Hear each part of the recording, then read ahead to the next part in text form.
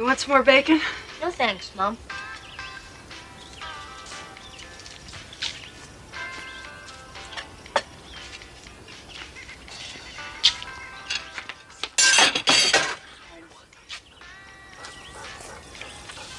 I saw that. I'm not hungry anymore. Where do you think you're going, young man? Out. Don't be smart with me. What do you mean out? Out where? I don't know. Down in the creek. Maybe by Possum Meadows. Wait just a minute. Now what? Put your plate in the sink. Oh, Mom. Okay.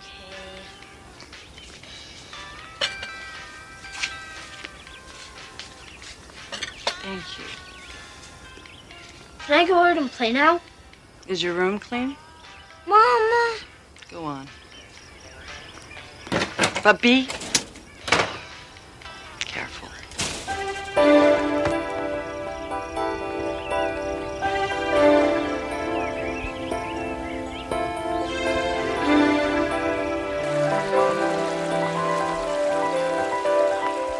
For Danny Wilkins, a sunny afternoon is a world of adventure. He's a typical boy who likes nothing better than following a trail, just to see where it goes. But today, that trail will lead Danny through a private reserve, which lies just inside the borders of the Twilight Zone.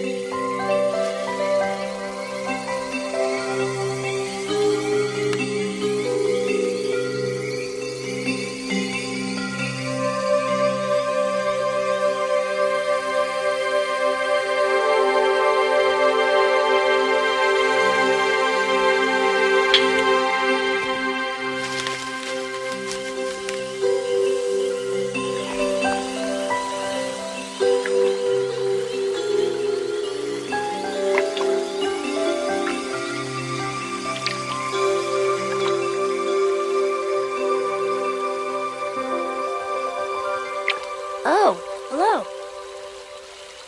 Hello, Danny. How'd you know my name? It's written on your shirt. Oh, yeah, I forgot. Who are you? Scout. What is this for? It's just a toy. Of course. Just a toy. Look, What kind of fish is that? it's not a fish. It's a tadpole. They turn into frogs. You know, ribbit, ribbit, frogs. Oh, yes. Ribbit, ribbit.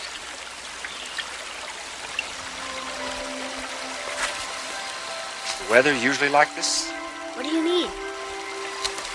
Does it ever get cold? Sure, in the winter.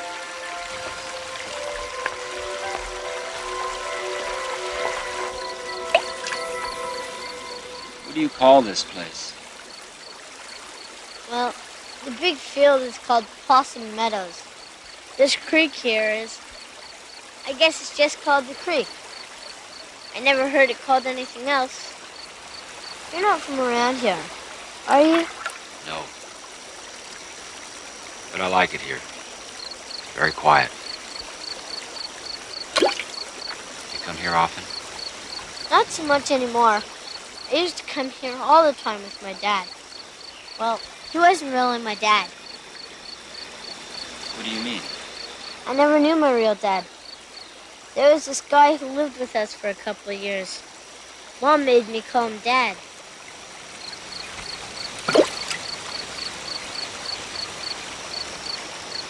Do you miss him?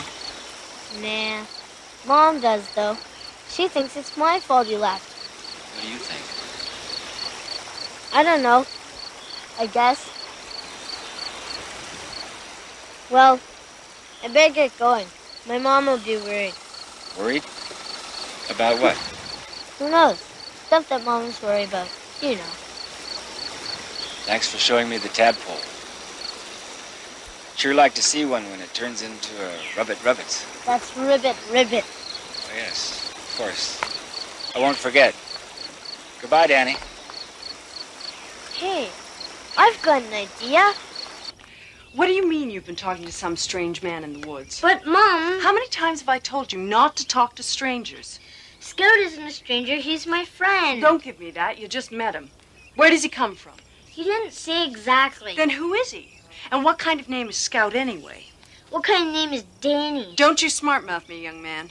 I'm sorry, Mom. But he's a really nice guy. You'd like him. Well, we'll never know, will we? What do you mean? I want you to stay away from him, Danny, and any other strangers you come across. Mom, it's kind of too late. What do you mean? I invited him to dinner.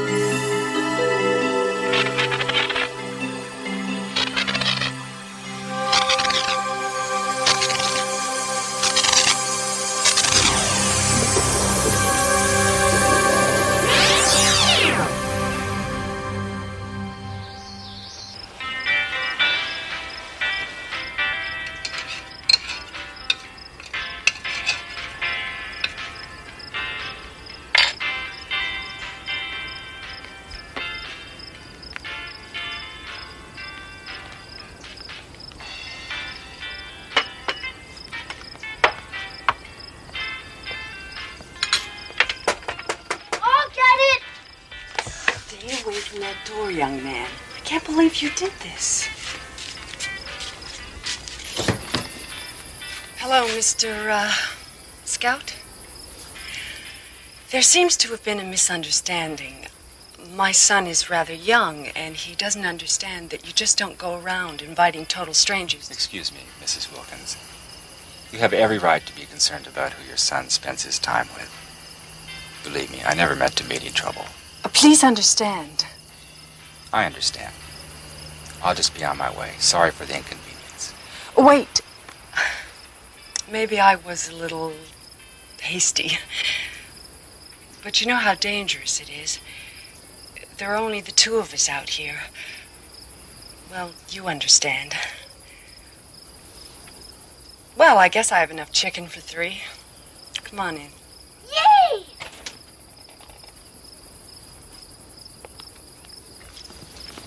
Thank you.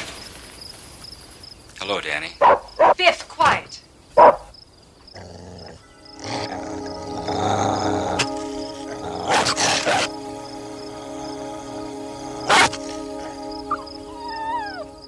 Boy, you sure are good with dogs. They just trust me, I guess. Come on, I'll show you my room. Maybe after dinner. You go wash up now. Okay. Neat! Sure you wouldn't like some more peas? No, thank you. But I'd like some more water, please. I'll get it. So, do you have a family? Family? You know, wife and kids? Oh, yes, I do. But I don't see them very often. I travel a lot. Does your wife work? Work? I've had to work since before Danny was born. Most nights I don't get home until almost dark.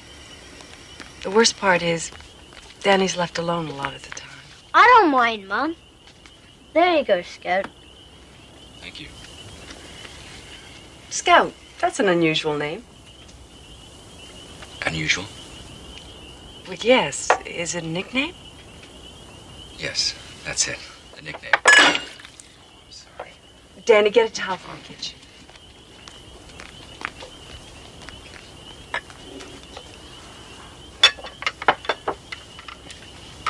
This is a very interesting area. Yes, it is. What brings you here? Business. What sort of business?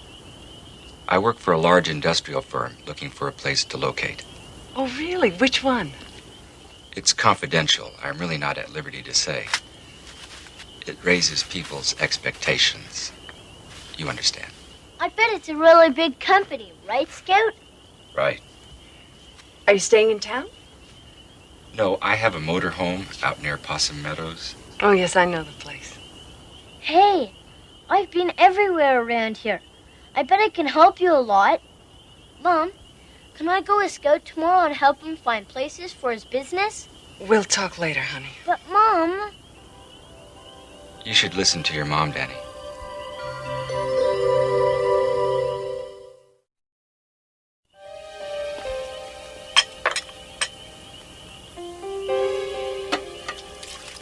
You're very efficient. It's just the dishes. You don't seem to know too much about housework, do you? No, I guess I don't.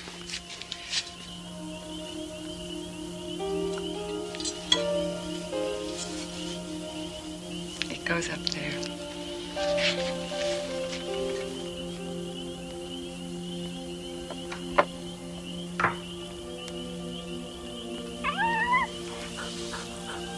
Danny's a fine specimen of a boy. You must be very proud of him. Yeah, I guess. It isn't easy bringing up a kid on your own.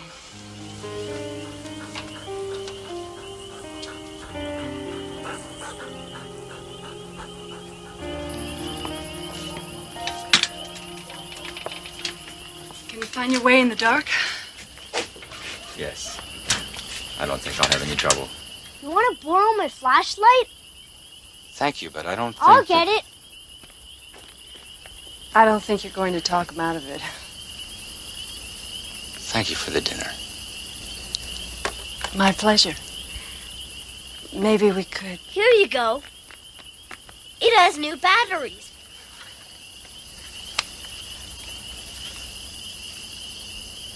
Thank you.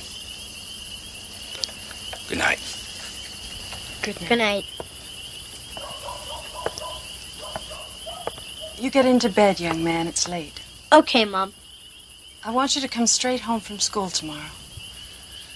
Mom, I thought you said I could help Scout. I said we'd talk about it, and we just did. You're to come straight home tomorrow. But, Mom... No buts, and stay here. I want you to have your homework finished by the time I get home. Okay. Danny? Good night, Mom. Good night, son.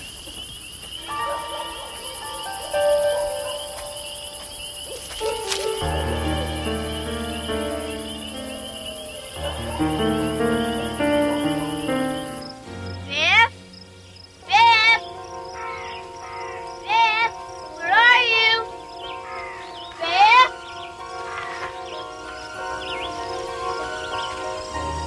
Hello, Danny. How was school? Hi, Scout. Okay, I brought your flashlight back. thanks. Are you ready to show me around? I don't know. My mom said I should stay home after school. Oh. I talked to your mom, and she said it would be all right. You did? Yes. She's over at my house right now. With Biff. What's she doing there? We're all going to have dinner together tonight. We are? Yes. Now, come on. She doesn't want us to be late. Sounds pretty weird to me. I thought we were friends, Danny. Don't you trust me? Well... okay.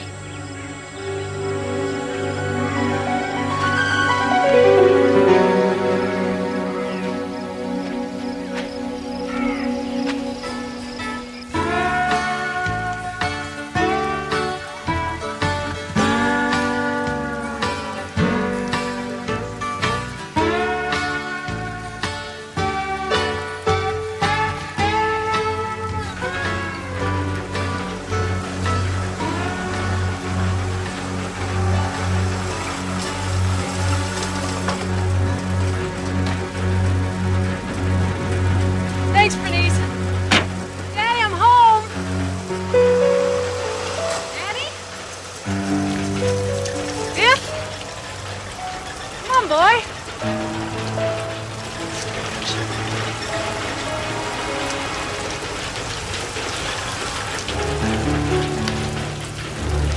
Scout.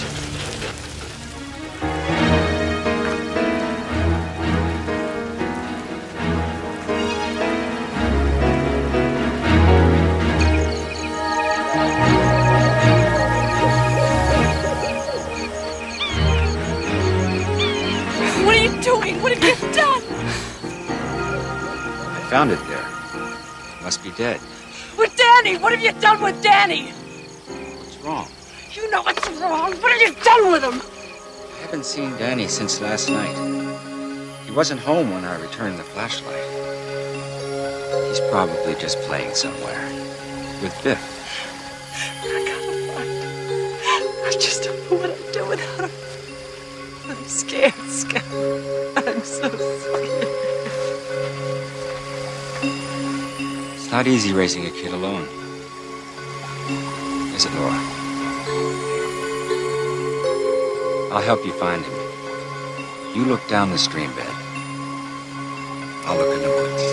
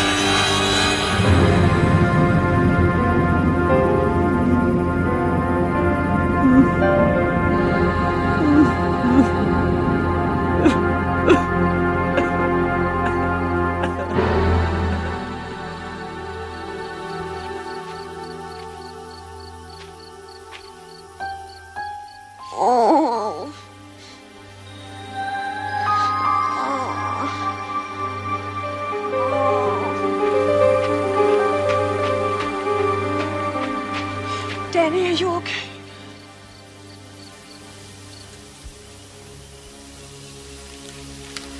Just cold, Mom. Oh, God, I thought I'd lost you. Danny Wilkins, beneficiary of an act of kindness offered by a stranger. A stranger who's been reminded of a truth, the power of which cuts across races, cultures, and even species. The love between parent and child. It's a truth that can change minds and actions, even in a place known as the Twilight Zone.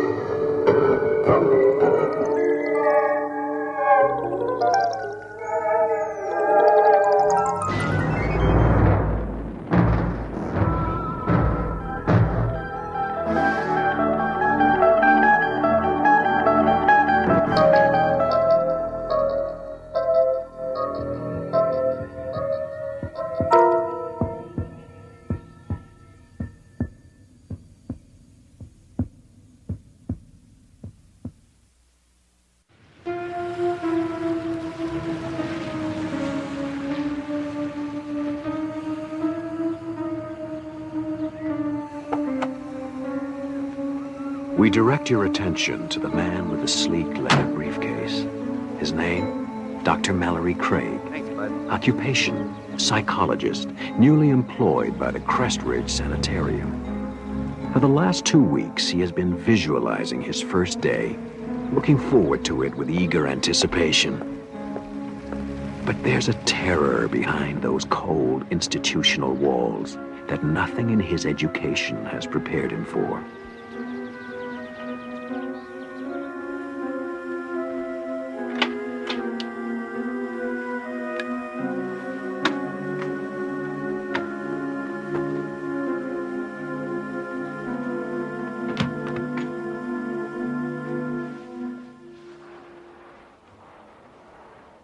Dr. Craig? Yes. Rebecca Robb. Everyone calls me Becky. I'm the catch-all head nurse, good cop, bad cop, advisor on policy, and tracker down of missing paychecks. Glad to have you aboard. Thank you. Glad to be here. This place has got a fine reputation. I only hope I can live up to it. I'll get you the files on your clients. You'll be taking over Dr. Parnett's group. About 6 or 7 people. I think you'll find them all quite fascinating. Thank you, Becky.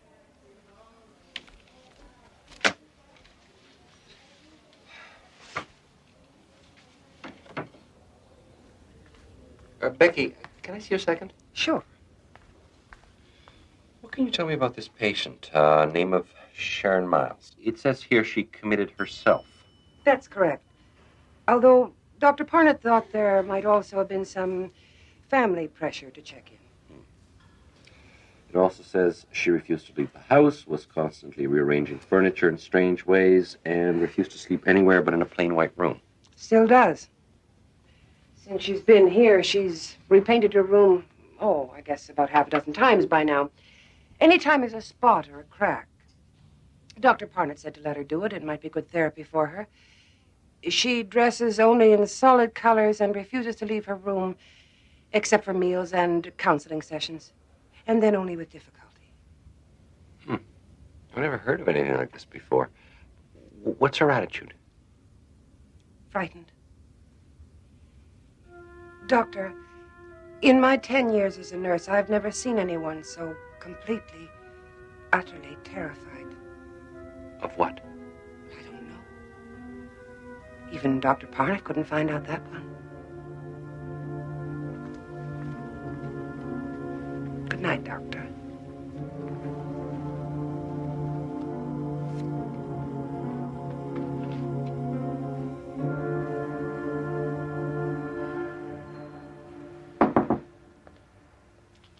Hi. I know it's a little bit after office hours, but I thought I'd pop by and say hello, if you don't mind.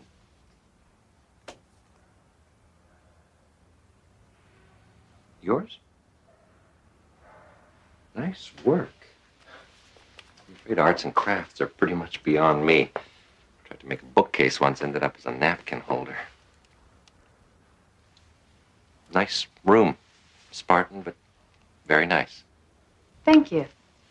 I've been going over the caseload, and yours is very interesting. I noticed that you graduated to therapy on a voluntary basis. Dr. Parnett decided not to push matters. If there was something I wanted to talk about, I'd talk about it. But you haven't. You haven't been to therapy in nearly 2 months. You know, I'm sure if you were to try again, I could arrange for a field trip. No. I don't think that would be a good idea. Not yet. When I'm ready, maybe. All right.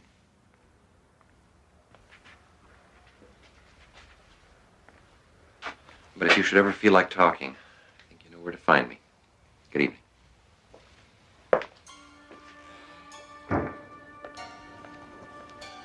Ah, good. There you are. I've been looking all over for you. Before everyone went home for the night, I wanted to introduce you to the rest of the staff. Fine. That'll be all right. Get it away from me! Get it away from me! Get it away from me! I told her we don't have any other heavy blankets. It's getting colder and she's I don't gonna need care! Get it away! I don't want patterns! Look, just go and get 2 or 3 light ones. That should be all right, don't you think? As long as they're plain. One color, no patterns. No patterns. I promise. Come on.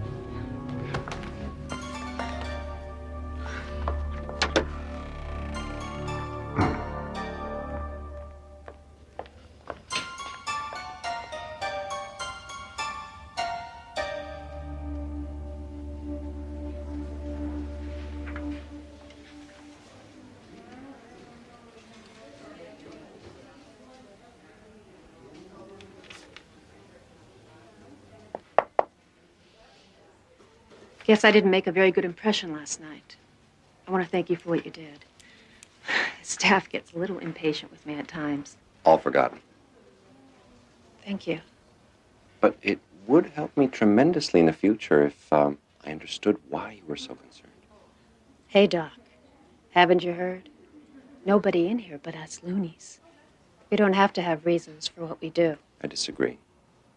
And for what it's worth, I don't think you are a loony. Scared, yes. And I'd like to try and help. Talk to you for a while. All right. If you just move that for the time being.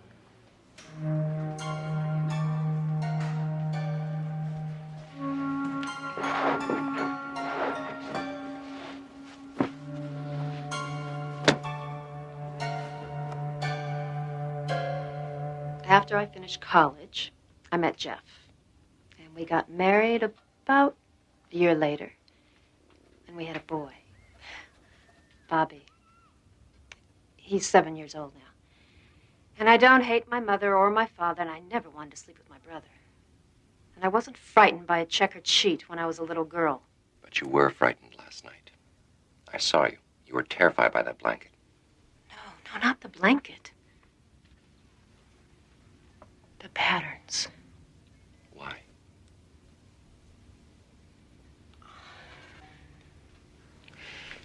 Don't you want to leave this place? I can't imagine you'd want to stay. Then why don't you tell me? You wouldn't believe me if I told you. Try me.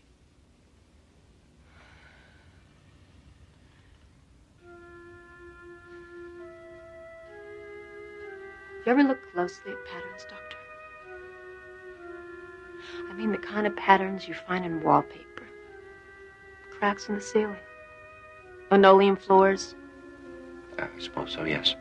You ever see faces in those patterns? The way that the cracks and colors come together so that if you look at it, just so, you could swear you see a face. Of course. We had a linoleum floor when I was a kid. I used to spend hours looking at the patterns, trying to make faces out of them. See, that's the way the brain works. It tries to find order in chaos. Given the chance, the mind plays a game of connect the dots with whatever it happens to be looking at the time. Yes, but did you ever wonder why you see faces? Not animals or plants or buildings, but faces. No, Actually, until you mentioned it, it hadn't occurred to me. It didn't occur to me either. At least not at first. It was Sunday, and I was looking up at the wallpaper. It was covered in abstract patterns. You know the kind. And I was looking up at the wallpaper, looking into the patterns. I saw a face in it. The doctor. I swear it looked back at me. Right at me. I caught it off guard, I guess, because I got the most terrible, horrible feeling that it knew that I saw it. And I looked away. It was gone.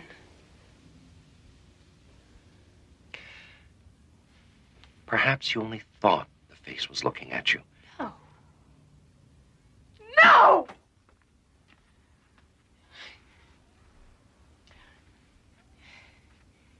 You know when you're crossing the street and you make eye contact with the driver the way everybody tells you to, and even though you can't see them clearly, you can feel when you've met their eyes. You know they're looking at you. Well, this face was looking at me, just like that. And why did it suddenly disappear? You said yourself that you looked away.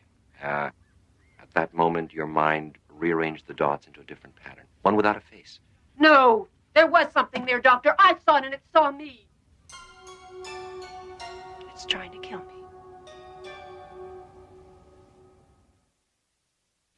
I saw a face in it. And Doctor, I swear it looked back at me. Right at me.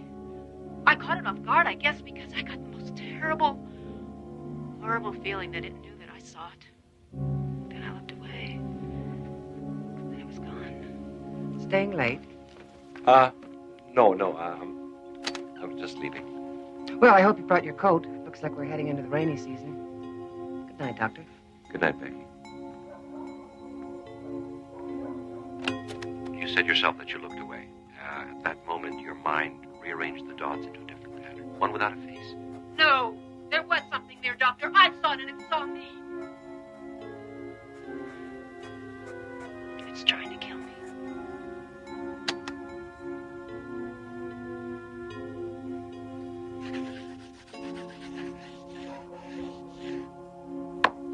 After I saw the first face, I started seeing more of them. They were watching me, peering out of the patterns of carpet, ceilings, wallpaper. I tried to paint over them, but they kept coming through.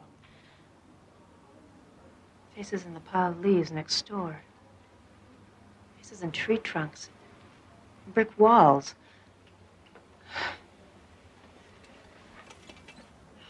Faces in the doodles of my 7-year-old son. My clothes. I had to stop wearing patterns. That's why I don't allow patterns in my room. That's how they come through. As long as they're out of range, I'm safe. Sometimes I get the feeling that I hear them talking, whispering about me, trying to decide what they're going to do about me. You keep saying they. Who are they? I don't know. Sometimes I get the feeling that they're looking in from someplace else, someplace parallel to this, that only intersects us at certain points. I get the feeling that they're old. Very, very old. What do you think they would do to you, finally, if they got you alone? I don't know. I try not to think about it. And I'm not going to give them the chance to find out. Did this have something to do with your decision to commit yourself? I'm awfully tired, Doctor. Can we pick this up? Will you tell me tomorrow what happened?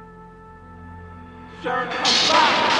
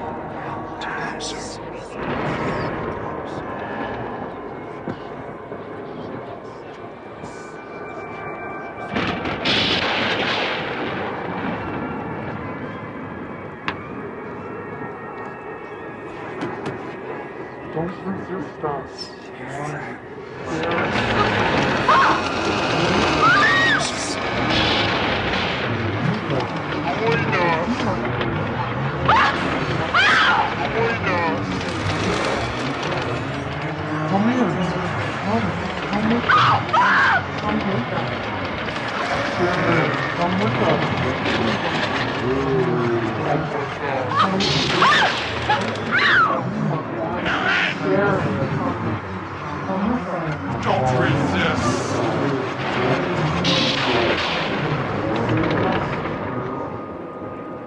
Bobby!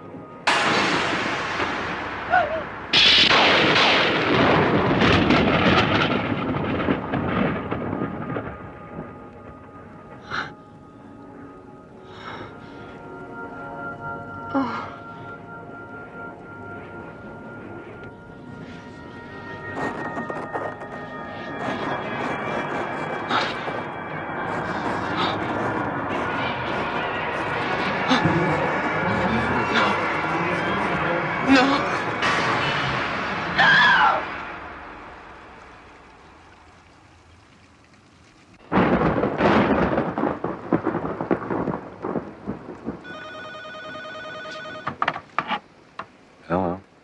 It's me, Sharon. I've changed my mind. I can't live like this anymore. Someone has to know in case something happens to me. Tomorrow I'll tell you everything. Glad to hear that, Sharon. And Doctor, I lied to you. I think I know what they are and what they're trying to do to me. I can't trust them not to. Doctor, please, if anything happens to me, promise me you'll protect them. Jeff and my son, promise me? Well, I promise.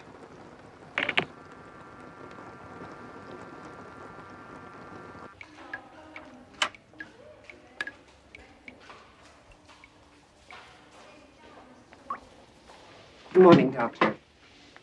Pardon the bucket. We had the roof fixed last winter, but it still leaks a lot. The buckets all over the place. Storm that big always agitates the patients, and last night was a doozy. Around midnight, we had everyone quieted down, except for your favorite patient.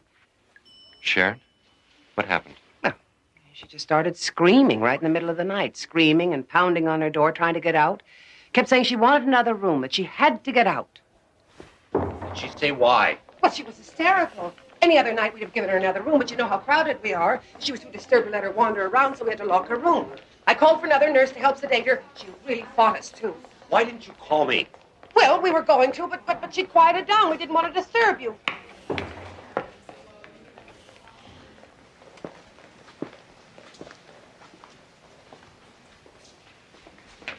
Good morning, Doctor. I hear you give our nurses quite a night. Well, I was being silly, and I realize that now. Storms frighten me. Actually, thanks to you, I realize I've been silly about a lot of things. Such as? Such as being here, committing myself, abandoning my son and husband just because of some perfectly irrational fears. It's wrong. And I can see that now. I guess all I really needed was someone to talk to. I fear you give me way too much credit. It's a very pretty outfit. Very intricate patterns, I thought. Just one more sign that all is well. I called the front office and had it brought to my room. With some luck, I signed the release forms and I'll be leaving here this afternoon. So soon, I thought we could at least finish our... We did. And again. Thank you.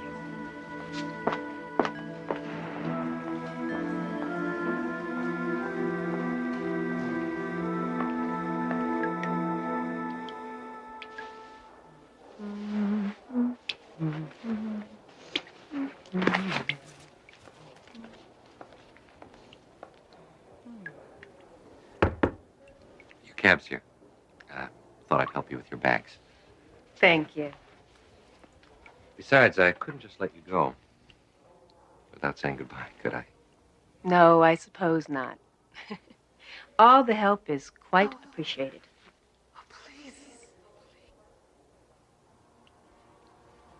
Did you hear something?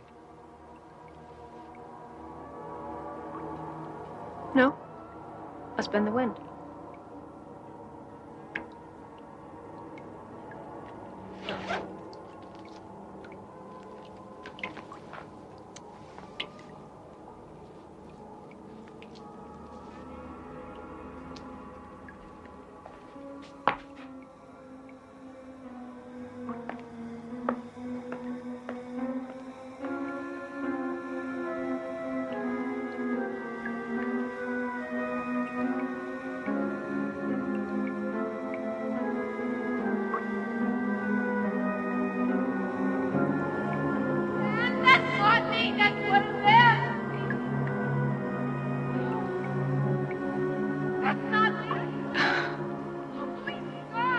Next time you're alone, look quickly at the wallpaper and the ceiling and the cracks on the sidewalk. Look for the patterns and lines and faces on the wall. Look, if you can, for Sharon Miles, visible only out of the corner of your eye, or in the Twilight Zone.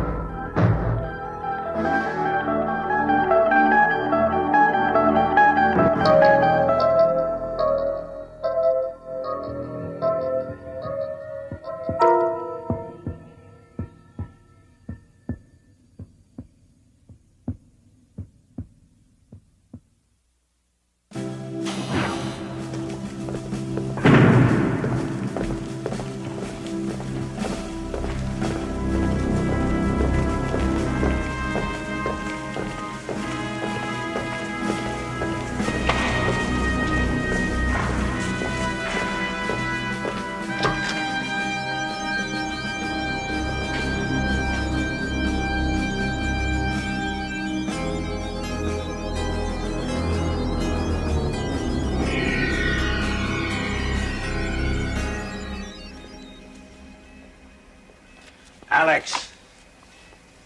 General? Hey, ranks later, all right?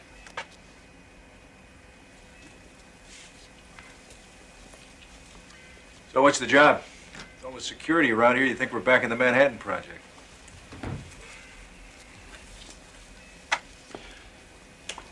2 months ago, this was a research lab. Government contract, particle physics, that sort of thing, nothing unusual. Then something happened. The research team was running a new experiment on wormholes, theoretical subspace corridors like black holes, go anywhere in the galaxy in a second. Things got out of hand. When they cleared away the rubble, they found what's on the other side of that wall. Here. Better put these on. They'll help a little, but try not to stare directly into it.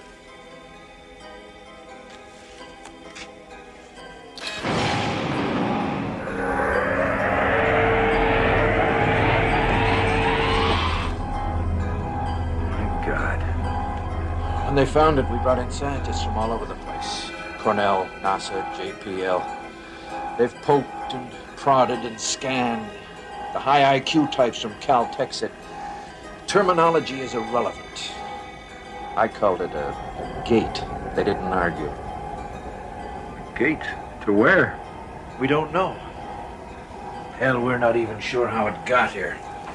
All the data from the experiment was wiped out in the explosion. But somehow that equipment in there is generating it, maintaining it.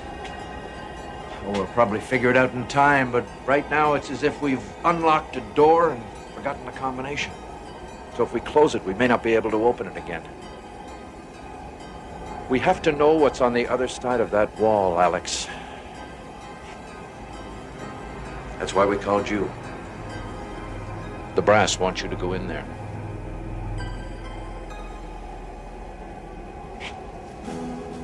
Alexander McAndrews, former test pilot, with a paper trail of commendations and a closet full of broken records. A man for whom the unknown is to be faced, not feared, conquered, not surrendered to. Alexander McAndrews, who is about to face yet another unknown. But this one is unlike all the others, for this one burns at the very heart of the Twilight Zone. You weren't the first one on our list, Alex. They went before you. Second Lieutenant Emilio Perez, Sergeants Evelyn Marks, Len Sinclair, and a captain, Henry Kincaid. They volunteered. We gave them the best equipment we had. And one by one, they went in that gate. None of them have come back. No contact?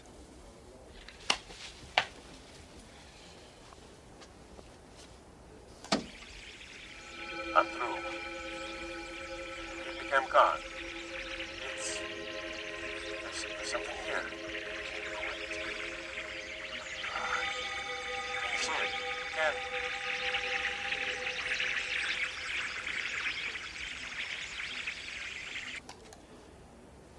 Maximum contact time, 10 seconds. It's static. 4 people, Alex. 4 good people. The State Department wants to close us down. Just pull the plug. Try to forget it ever happened. Pentagon wants to push ahead on grounds of national security. But as far as I'm concerned, those people are still alive, and if there's any chance to rescue them. Understood. I didn't want you for this, Alex. You've paid your dues and then some. Don't know if you've heard, but I got the word last week. Seems like I'm getting a little bit too old to be a rocket jockey. Putting me behind a desk. I can't live with that, Greg. So, given the choice, it'd be a great way to go out, wouldn't it? You'll come back. If anyone can make it, you will. You're a good soldier, Alex. That's what Sarah said the day she left me. Good soldier. Always ready to follow orders, do his duty. Last chance. You don't have to do it. Look around, General. What else do I have? So where do I suit up? Systems check beginning by mark. No interference. Reading 5 by 5. Recorders up and running. All right. Need binary reprocessors. Field stable. Is there anyone you want me to? I'll see you soon.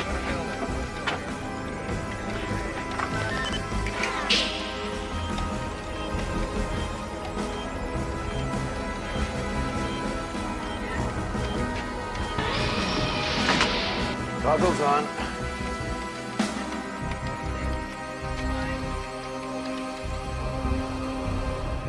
Okay, ray shield.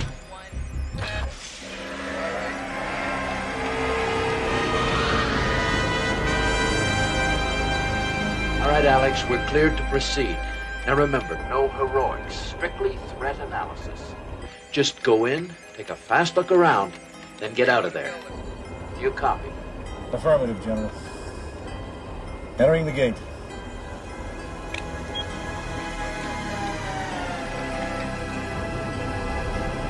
God go with you, Alex.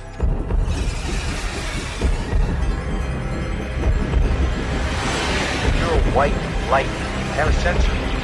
Very, very fast.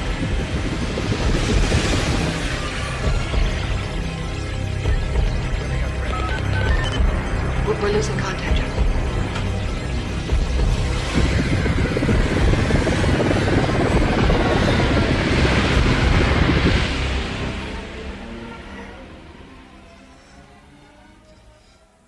Copy. ComCon. This is McAndrews. Do you read? ComCon? I repeat, this is McAndrews. Do you copy, ComCon?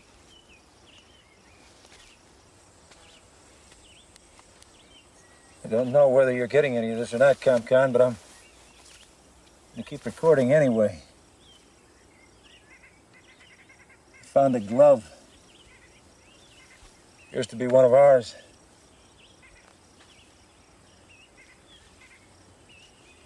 Atmosphere and environment seems similar to ours.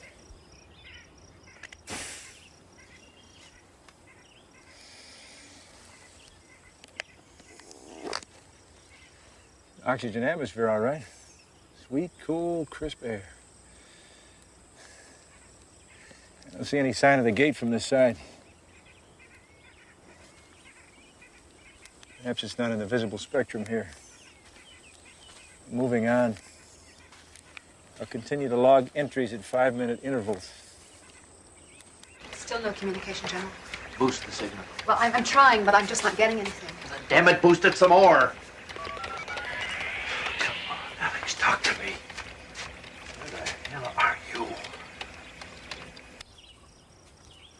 Welcome, Major. Kincaid? Captain Henry Kincaid? Present and accounted for, sir. We've been waiting for you. Well, not you in particular, but somebody like you. But I'm happy with the selection. I can't think of a better choice for their needs or ours. Excuse me? Everything will be explained in time, Major. In the meantime, please, if you will come with us.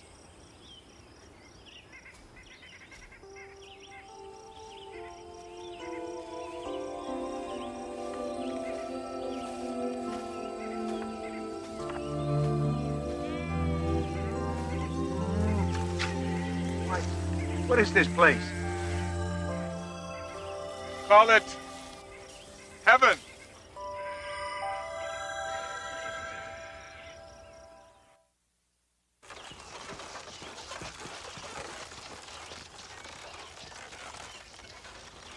All I want is a simple answer to a simple question. Where are we? What is this place? Lieutenant Paris, sir. I'm the navigational specialist. I've been here about a week, and the stars... Well, Major, the stars are all wrong. I don't know where we are, but it's not Earth. And frankly, I don't think we're even in the same neighborhood anymore. Why haven't you tried to get back? We can't go back. We've surveyed the area. And as far as we can tell, the gate doesn't exist on this side. It only works one way, from there to here.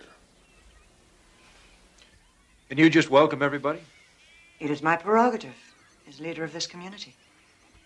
We are a peaceful people, Major. Not suspicious. Of supplies, we have plenty, more than enough to share. If this has become an unintentional prison for you, please be assured we'll exert every effort to make it a pleasant one. There is much we have to offer. They've told me about the world you come from. A place of such hate. Here we have no possessions to steal, no religion save one, the sanctity of life. No law, but to be kind to one another. That is why we were pleased to see it was you who was sent to us. They say you are a man of honor. It's the kind of place we've all dreamed about, Major. I think I'll reserve judgment till I've checked things out for myself. We encourage you to explore, and we will give you all the help we can, as we did to the others. I sense in you a man who's been searching for peace for a long time without finding it. Here you will.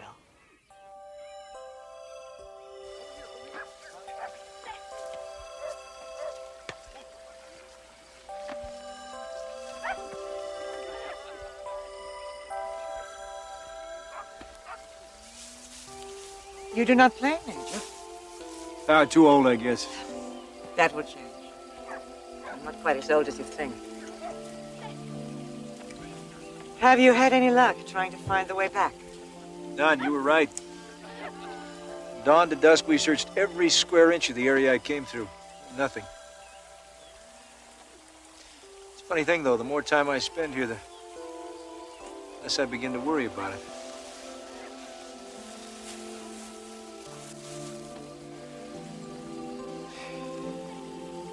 See, I've been a soldier all my life.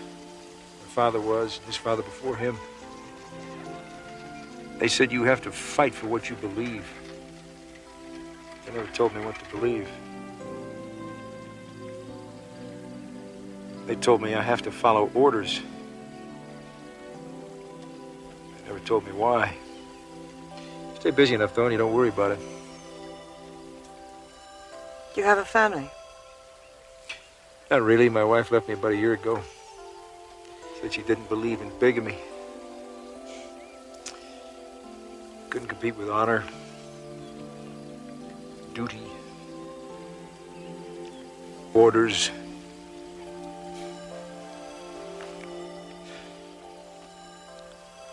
I'm glad you're here, Alex. I'm very glad.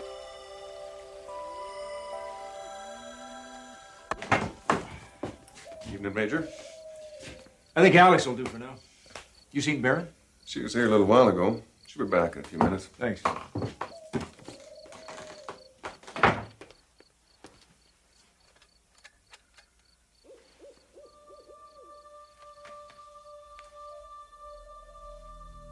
It is now 3 days, 12 hours since Alexander McAndrews went through the gate. In another 24 hours, we will consider him lost in action. I've recommended we shut down operations and send no more people through the gate without more detailed analysis. The brass disagree. We lose more in training operations, they told me. They've already picked their next volunteer. He comes highly recommended. I don't know him. Thank God for small favors.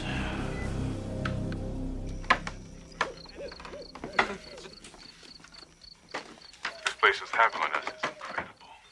We love it here. You lied to me. Alex, please. You lied to me. You told me there was no way out, but there is. That gate's still there, all right? But it's only because of refraction you can only see it at night. So you made it a point to take me there only during the day, knowing that I wouldn't find anything. You decided to stay here and keep everybody else with you. We told you the truth the best way we could, Major. If we went back and reported what we found, this place would be swarming with troops and experts and God knows what else. They'd ruin it. That's garbage. Is it? You know how the military thinks. What do you think would happen if they got a hold of it? You could leave out some of the facts. They have ways of making any of us talk. Truth serums, you name it. Perfection is a fragile thing, Major. It doesn't survive the microscope. When we saw what kind of place this was, we took a vote. The decision was unanimous. We're not going back. This is Eden, Major. But you want to be the one to bring the snake into the garden? You're forgetting something. I didn't vote. Now, you're younger than I am. Maybe you can forget your responsibility and your duty, but I can't. I'm going back. I'm afraid we can't allow that, Major.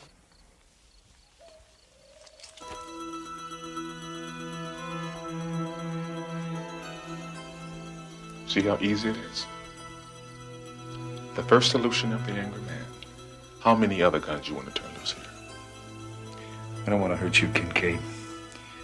But I'm ordering you to get out of the way. Then you'll have to kill me, Alex.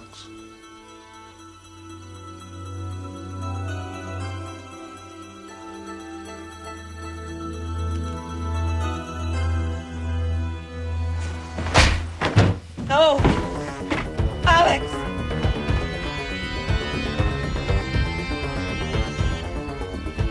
Alex! Please wait, don't go! I'm sorry, but I have to.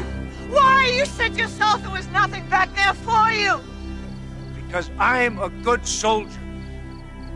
That's all I've ever been. Maybe that's all I'll ever be. To take that away and what's left. You said yourself, I'm a man of honor. So please, lead me with that. That's all I have.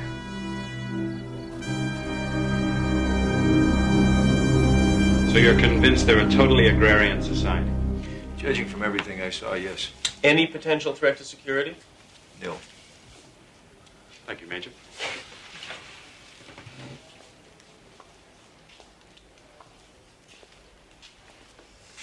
I think we're in a perfect position. The press isn't aware of the situation. It's a whole new frontier.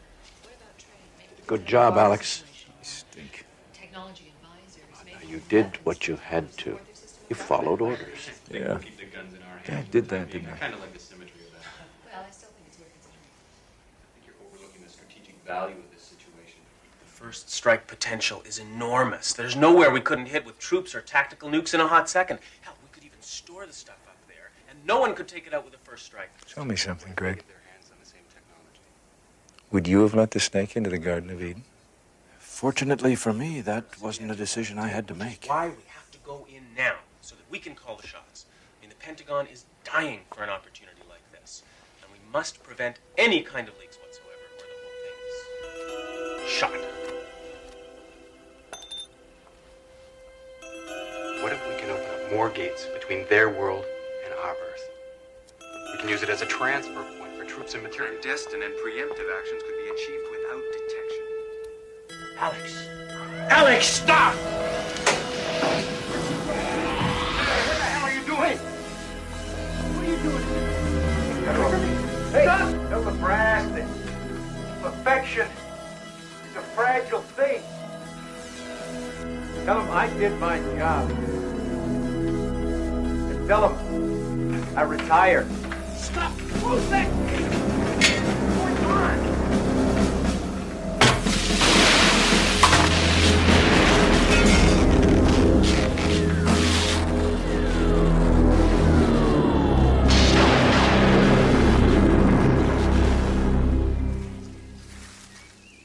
Are you sure they won't build another? It's a freak combination in the first place. If the gate were still there for them to study, maybe they could duplicate it. But it's gone permanently.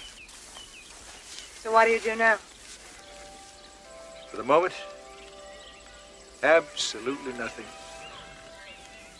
Major Alexander McAndrews, retired, who learned that there is a better world and that sometimes heaven is a place better left untouched by human hands. There may be one more commendation yet to come for the Major, one that says, for services rendered in the Twilight Zone.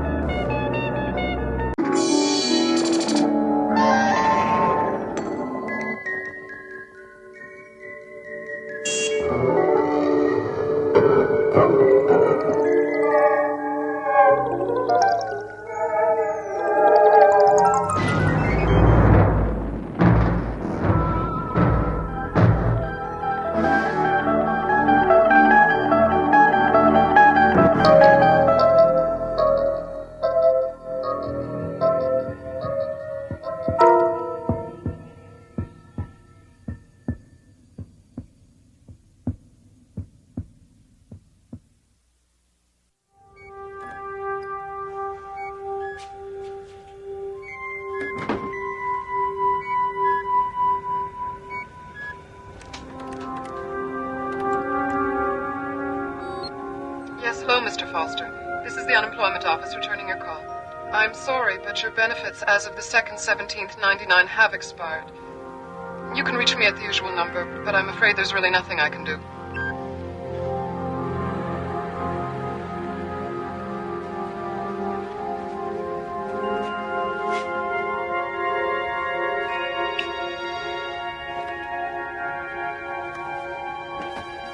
The year is 1999.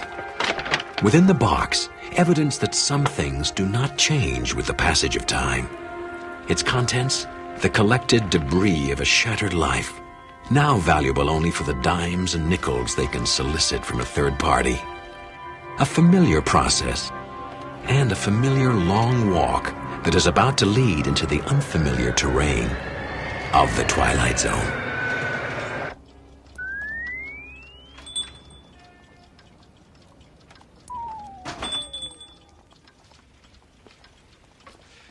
Yes, sir. Something I can help you with? Well, I'm afraid I'm not buying. Selling then. Yeah. Bring it over here. Let's see what you got. I know it's not much. You know how it is. Hard times, lots of things going wrong. Mm-hmm. I guess you hear that a lot in this business, huh?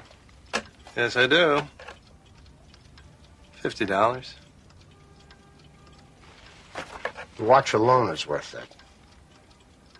Make it 60 then, but that's as high as I'll go. There's a depression on, you know. You can take it somewhere else, but you won't get any more, and when you come back, the offer will be 50. Flat. Couldn't you make it 65? Done. Sure you've nothing else to sell? No. You weren't sent here, were you? Referred? Referred? No. Look, if I had anything else to sell, it'd be in the box. I got nothing left. I'll tell you what I do have. A gut full of pain. You want to make me an offer, go ahead. Now, what's the going price for pain these days? Perhaps there's something else we can negotiate. Come.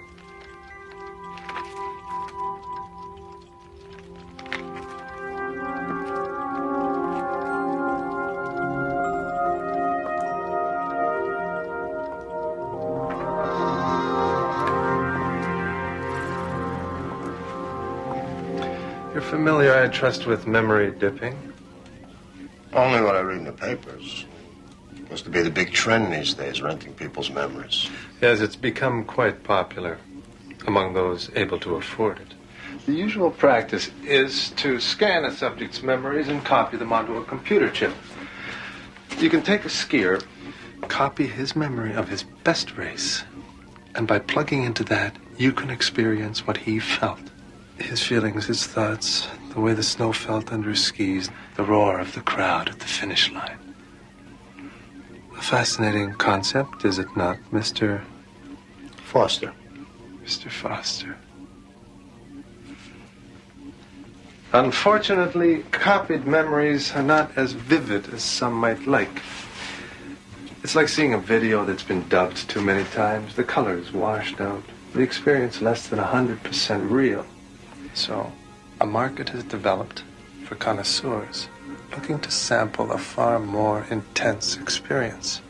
For that, they require not dubbing, but direct transference.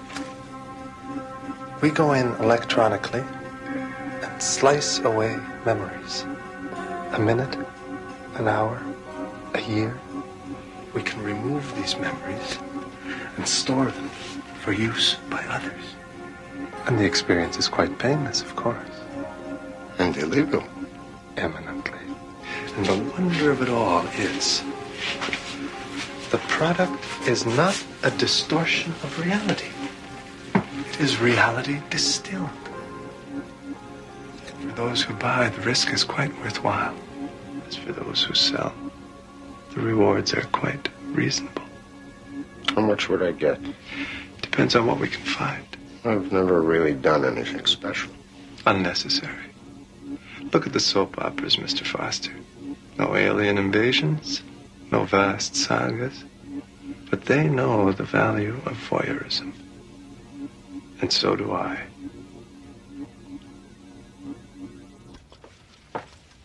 Well, I'll have to think about it. Of course, of course. Wouldn't have it any other way. Do think about it. And while you're thinking about it, think on this. What have your memories done for you lately, Mr. Foster?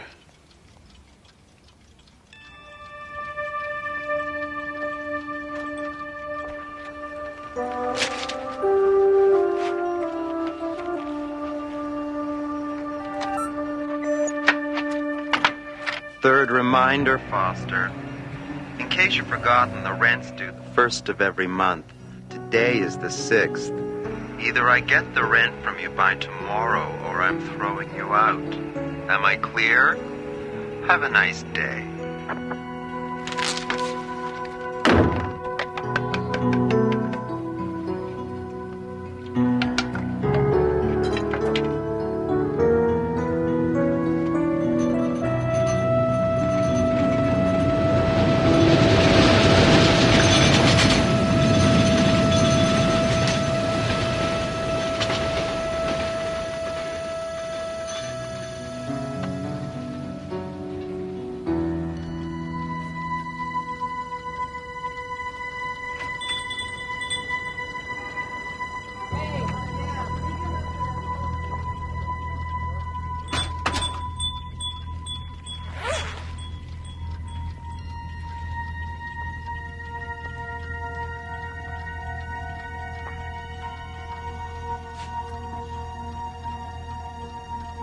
It's not fair, you know.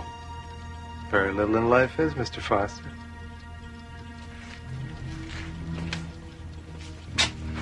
I've just had a very good offer from a fellow who collects high school graduations. It gives me great pleasure in presenting this next student not only with his diploma, but also with this watch in recognition of his leading the fundraising for the new gymnasium. Congratulations, Simon Foster. Mr. Foster? Mr. Foster? Mr. Foster?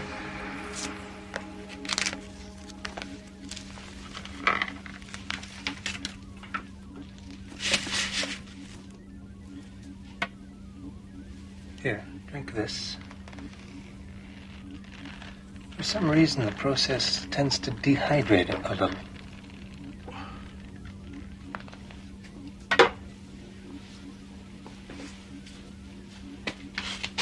A perfect transfer? How do you feel? I don't feel any different. Of course not. But now there's just a tiny gap in your memory. Just so. Everything between 8 o'clock in the morning and 8 o'clock in the evening of the day in question. 12 hours. Poof. Gone. And are you any the less for it? No. In fact, I would dare say you are quite the richer for it. Well, good doing business with you, Mr. Foster. Next time... No, there's not going to be next time.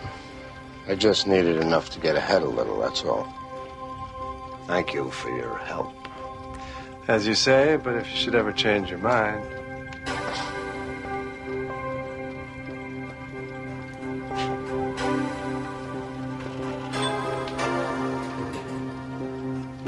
Be seeing you, Mr. Foster.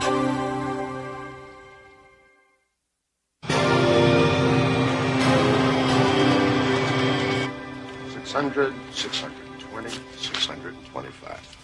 Thank you. Now, if you don't mind. Next month, too. New policy. Got a lot of transients coming through here. Owner says we have to have an extra month's rent. Can't do that. Look, I tell you what. Why don't you go running off to the Housing Commission and tell them all about it? And maybe when you get back, you'll find your apartment rented. One of those clerical errors you hear so much about.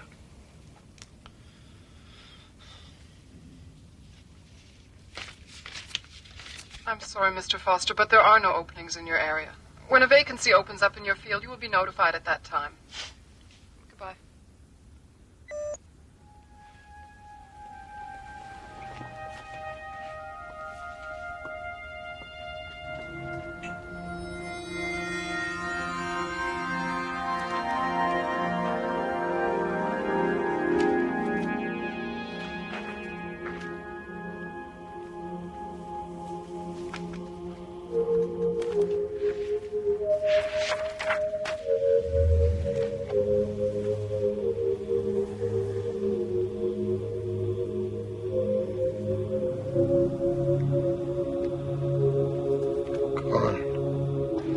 You're in luck, Mr. Foster.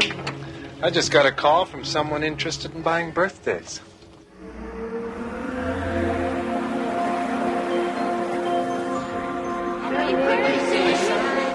There's 5 candles, Simon, 1 for good luck. Close your eyes. Make a wish. Make a wish, Simon. Blow out the candles. Good boy. Happy birthday, Simon.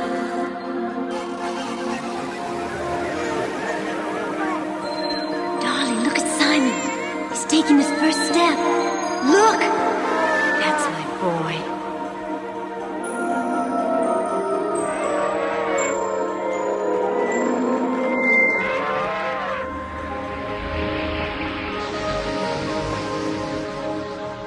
Just wanted to say, you're a great dancer. Thank you. It was very nice. I have to go inside now, but I'll never forget this.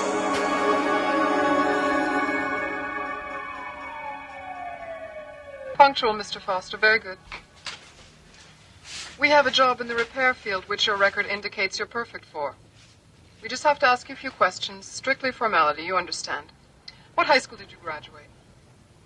Cliffordville High, in Madison. With 2 years of junior college. What was your major? I think it was... Your resume lists engineering. That's it. If you could just give me a minute, I think that I have some records around here somewhere. I'm sorry, but we are pressed for time, Mr. Foster. If you're not ready for this interview, you should have... No, I'm ready. Sorry. Go on. Please describe your training in that field during your college experience. Well,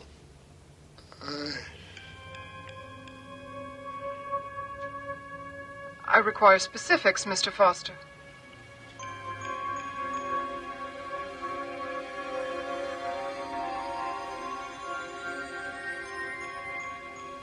I'm sorry, Mr. Foster, but if you're not going to cooperate... Wait, please. It's difficult sometimes. It's difficult for us all, Mr. Foster. The unemployment rate is 32% as of this Monday, and there are many applicants who are looking for this job. Wait, please. If you just give me a chance. Please resubmit your application to Central Processing. Good day, Mr. Foster. You can't do this to me! Come back here! Come back, damn you!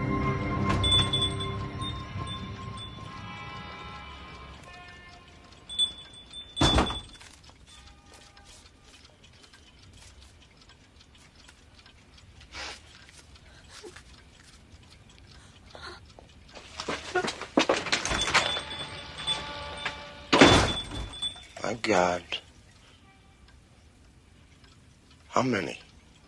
How many others? I run a business, Mr. Foster. Like any good business, it depends on volume and diversity. One must be responsive to the fluctuations in the market. Oh, save me your grand gestures. You're not going anywhere. Even if you leave, you'll be back. Your kind always comes back. We come back because bread is $5 a loaf and meat you can't even buy unless it's on the black market. I look around, the only person I see eating is you. I pay you a fair price for what you have to sell. It's not enough! You say this minute is worth a nickel, an hour, maybe $1. $5 if something interesting's going on. What gives you the right to put a price tag on my life? I didn't. You did.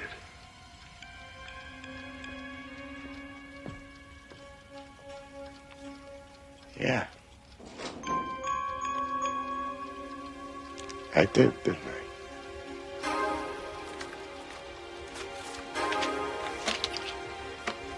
So what'll it be today, Mr. Quint? Trip to the zoo? Ride on a roller coaster? Why don't you take my first marriage? Save us both some grief. Not interested? I'm only buying one thing today. We need a companion piece to the young lady who just left here. I want to buy the first time you made love. I can make you a very good offer. No. Take it or leave it. That's all I'm buying at the moment. Walk away, and who knows if I'll be buying anything else.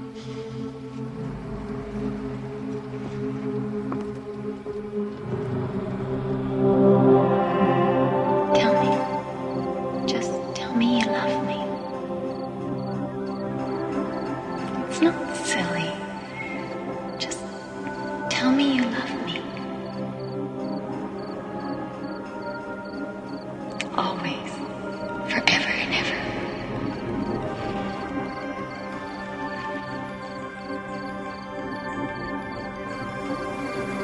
That will be all?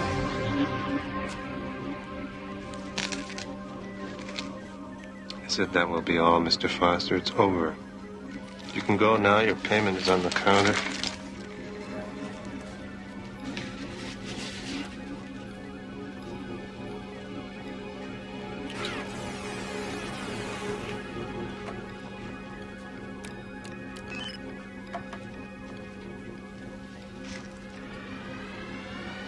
She's in here, isn't she? Don't touch the equipment. You might damage something. You know, they say you can always remember the first time with a woman. I guess now I'm the exception to that rule. Very good. Now, if you'll please just... I want her back. I changed my mind. Just take your money and go. I want her back. I want her back in my head where she belongs. I want my life back. You've got my life. I want it back. You give me my life back. Yeah, I want my life back, damn you. I haven't got it.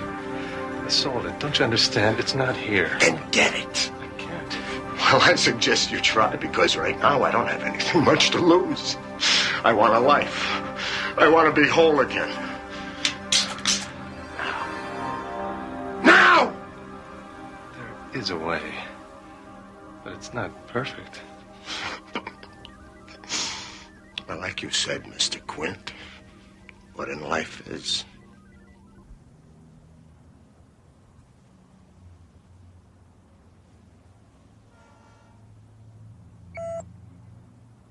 We received your new application, Mr. Foster. Very professionally typed. Did you have it done by a service? No, ma'am. I typed it myself. I see you've added clerk typist to your job goals. And a number of other occupations. Where exactly did you learn to type? I had 3 years of typing at Sorworth College. It's all on the resume. But Sorworth was a women-only college at that time. How do you explain this? I graduated college on June 12th, on the year shown. And then I graduated college again on July 1st of the following year. I attended and graduated Lenox High School, also Chula Vista High School. Mr. Foster. That was shortly after my return from London. Did I tell you I have 2 children? I remember when they were born. It was such a moving time for me, being an only child. I remember my 5th birthday. My brother and my sister helped make the decorations. Mr. Foster. But of course, the credentials are what's at issue here. I should also mention that my German is quite fluent. I spent most of the last year in Vienna, and I worked as a translator and a secretary and a bus driver. And I interned at the Institut de Neurologica. Prior to that... Exit Simon Foster. A patchwork collection of lost dreams held together by the stolen memories of strangers. A man who discovered that we truly are the sum of our parts. Mr. Simon Foster, a very special resident of the Twilight Zone. Those were such wonderful times. I remember them so well.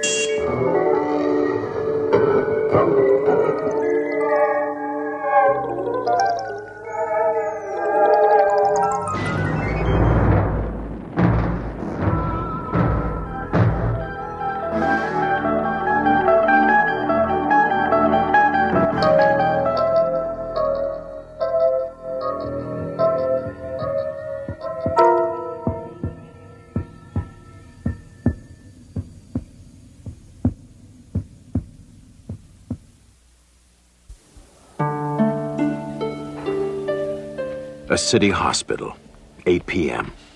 An unexpected visitor has just arrived, bearing unwelcome tidings. A disease so new the textbooks haven't recorded it. This, then, is its first case history, documented from the medical files of the Twilight Zone. I'm Nurse Hendricks. May I help you?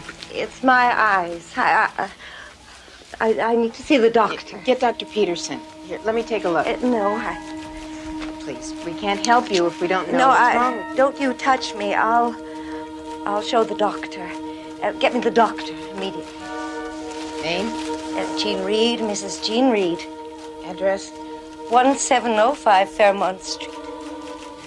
Please, where is the doctor? I've got to see him. Dr. Peterson is on his way. Please, take a seat. No, there isn't much time. Oh, God. No, it's too late. What's too late? Don't you understand? I can't see. I'm blind. Let me see.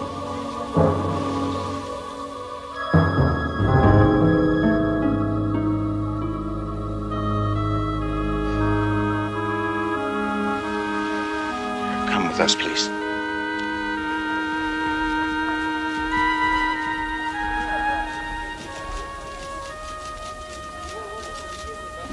Morning, Lizzie. There must be something you can do. I'm sorry. If you try the clinic, maybe. The clinic's full. My wife, she hasn't been well. She's trying to hide it, but I think maybe it's her heart. All we need is somebody to look at her. Maybe a day or two in here. Mr. Wells, without medical insurance or some guarantee of payment, we simply cannot admit her. I'm sorry. It's hospital policy. There's nothing I can do.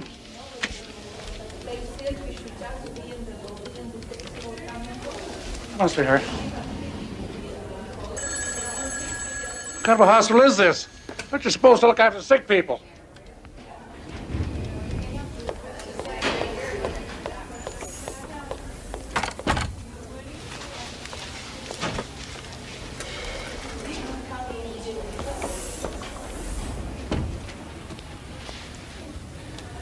I couldn't help overhearing.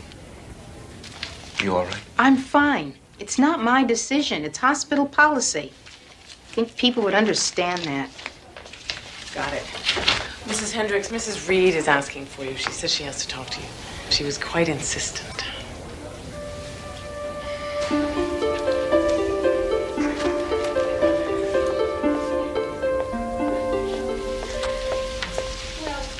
You wanted to see me, Mrs. Reed? Yes. Hello. Won't you sit down, please? I have a great deal of work to do, Mrs. Reed. I have something to tell you. Sit down, please. Dr. Robbins. Calling Dr. Robbins. Mrs. Hendricks, we're alike, I think. You and I. Mrs. Reed, I don't even know you, and I don't think you know me. No, but I sense that we're alike. We are two of a kind. Mrs. Reed, shouldn't you be sleeping? You're changing the subject, of course. I know because I used to do the same thing. It's easier, isn't it? Prescribe a pill, suggest a nap, anything so you don't have to think about a person or talk to them. Am I right? Sleep is the best thing for you. Dr. Friedman will be in at 9. He's our chief of staff and one of the finest eye specialists in the country. You'll feel much better after he talks to you. Oh, I feel all right now, Mrs. Hendricks. It's you I'm worried about. It's very kind of you. Now get some rest. Look, I don't care what your figures show. My phone bill is wrong. Yes. No, it's not. It's $50 higher than it should be. Well, computers make mistakes. No, I don't want to hold.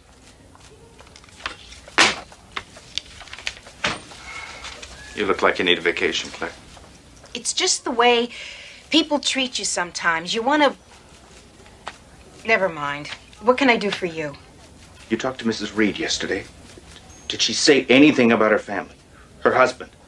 Not that I recall. Why? He's here.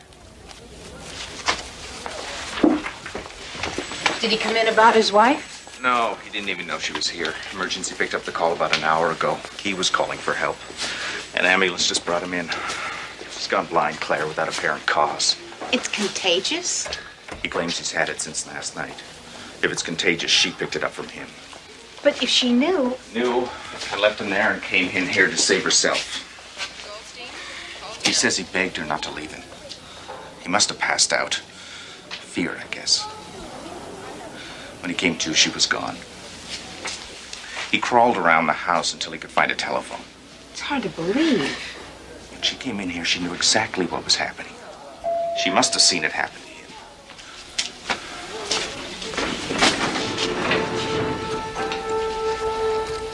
Mr. Reed? It's Dr. Peterson. Do you have any news? What's causing this? I'm afraid we don't know yet. Then leave me alone. Mr. Reed, I'm Nurse Hendricks. Would you like to be in a room with your wife? We can arrange it. I wouldn't share her air if it was the last oxygen on this planet. Do you have any idea what it's like to wake up blind, alone, calling for someone over and over who isn't there, realizing that you've been abandoned? I don't want to talk to her, or to you, or to anyone until somebody can tell me they found a cure. Leave me alone. I don't care what happens to her. Don't you understand? I don't care. There you are. You both better come downstairs. All hell's breaking loose.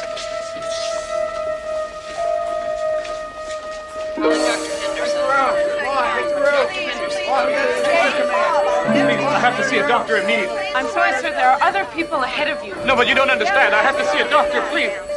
Who's in charge here? This is an emergency. Wait your turn. You're just the same as everybody else here. Who do you think you are? Go to the end of the line. I can't see anything, please. Neither can I. Go to the end of the line. Come and help me, please. Get to the end of the line. I can't see. I'm right here. It's all right. I was at work. I'm not really sure what happened. All right, we'll take care of you. Blind. They're all blind. Stone blind, we used to call it, but blindness is not new. This growth, this ocular window shade is utterly beyond my experience. I've been informed that the Center for Disease Control in Atlanta has put out a full alert, and that the Surgeon General has convened an emergency meeting in Washington with some of our top physicians. Any delay in responding to this could cost us dearly. Agreed. Is there any clue to the origin of the disease? I've had Dr. Gordon in constant touch with Atlanta on that very subject. He went home for a fast shower and change of clothes. He should have been back by now. Dr. Gordon came in an hour ago. He's blind. My God. We've had reports of an estimated 500 cases in New York City. Los Angeles is running about the same. Seems we have an epidemic on our hands. What about the press? Not being very helpful, are they? From some of the reports I've read, unless we find something constructive to say soon, we'll have a full-blown panic on our hands. People are scared. There must be something we can do. There is, and we are. But this is the difficult part. Waiting for someone to come up with a cause. Once we have that, we can proceed. Until then, all we can do is keep running tests and wait. When did you last get some sleep? I don't know. Then go home. Get some rest. Consider that an order. You too, Eddie. I need my staff alert and clear-headed. Understand?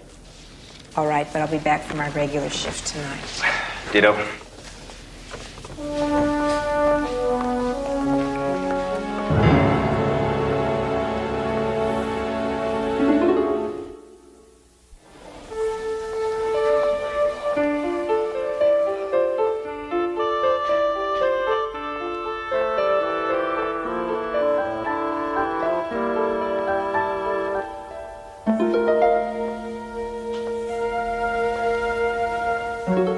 Who is it? It's me, Claire Hendricks. Oh. I'm glad you come to see me. Please, sit down. You must be exhausted. The others were talking about you, how hard you work. They call you a dedicated woman. Is that what they call me? Dedicated? Yes, they used to call me that, too. I was very businesslike. Nothing bothered me. Why did you come to visit me? I don't know. I was on my way home. Dr. Henderson. Yes. Normally you don't visit much, do you? The other nurses mentioned that, too. Is it because you sense it, too? That we're two of a kind, you and I? I should let you get some sleep. Look, I know what's happening to us. I know how it's happening, and I know why it's happening. Would you like to hear, Claire? Yes. It's because we're monkeys. Remember, see no evil, speak no evil, hear no evil. We used to be courteous, didn't we? We used to care. We used to rise up in outrage if someone was in pain or abused or unsheltered. But now, don't you see? We've cut ourselves off from so much. We refuse to see what's going on around us. We turn a blind eye to the pain. Now it's catching up with us. Now it truly is a blind eye. That's preposterous. Is it? I heard your husband went blind first, and you abandoned him. Is that true? He just gotten a call that his mother died. They weren't very close. When he heard, it was like someone discussing the weather. That's when he became a monkey. And I ran. Yes, I ran to save myself. Now I'm a monkey, too. This new growth is irritated and inflamed. The ocular muscles are functioning normally, though, which leads us to believe the eye itself is undamaged, though shuttered away beneath a curtain of flesh. There is a chance that surgery can remove this flesh curtain without injuring the eye, but we won't know for certain until we try it. There's still no news from Atlanta on possible causes? They may have a theory, but they're being pretty tight-lipped about it until they can confirm. They estimate that at the present rate, the number of those afflicted could reach 100,000 by week's end. What about the issue of quarantine? I can confirm that it's being discussed, but that's all. Because there's always a chance that it may not be a disease at all, but some sort of latent mutation triggered by some change in the environment. What's got 100 arms, 100 legs, 50 heads, and no eyes? The south wing of the hospital. Could I have your attention? I have just received a fax from Washington. At 1700 hours on the 10th of April, that would be only hours before the first case was discovered, an explosion was reported at a top-secret biological research lab in Alaska. It is presumed that certain unstable forms of bacteria may have been released into the atmosphere. It is estimated that their effects could be unpredictable. It is fairly certain that the bacteria released cannot survive long outside the laboratory.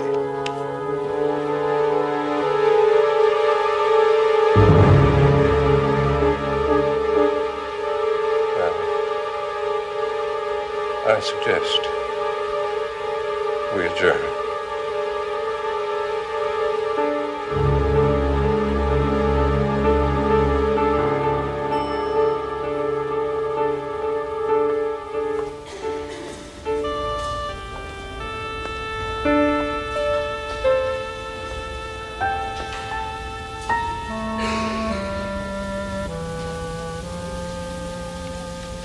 Claire, Hello, Eddie. I thought you were going home.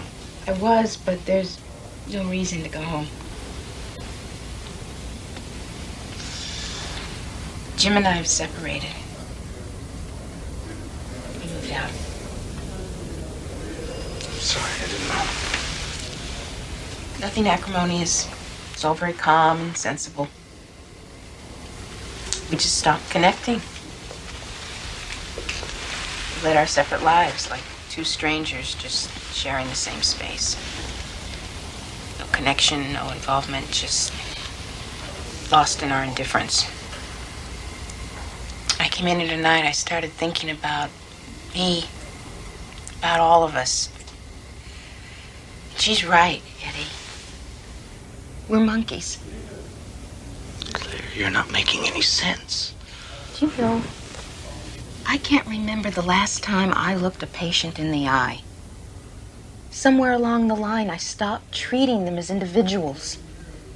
They're just numbers to me. They don't have life stories. They have charts. I'm no different than you. But you are. Look, you're an excellent nurse. It's just part of the job. And isn't that a fine excuse? Isn't that a comfortable bandage on our diminished humanity? The phone company overcharges us. There's nothing they can do about it. We turn sick people away because they don't have the right insurance. It's just part of the job. So we lie to ourselves and cut ourselves off further and further because there's so much pain in the world. Claire, you were in the meeting with us. You heard the reports from Washington just as I did. We know what the cause is now, without a shadow of a doubt.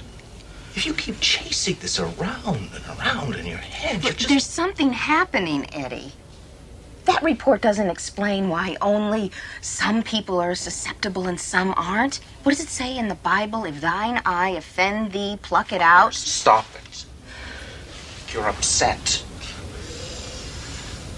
This has all been a terrible strain on all of us. What you need to do is go home. Get some sleep.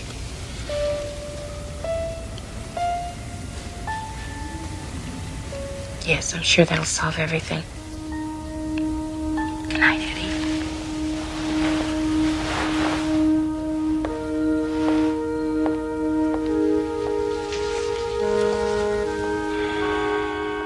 Oh, God. Oh! Oh, my. Help me! Somebody! Help! Claire, it's okay. Oh. It's okay, I'm here. Claire, it's me. I'm blind, Eddie. I'm blind. Steve.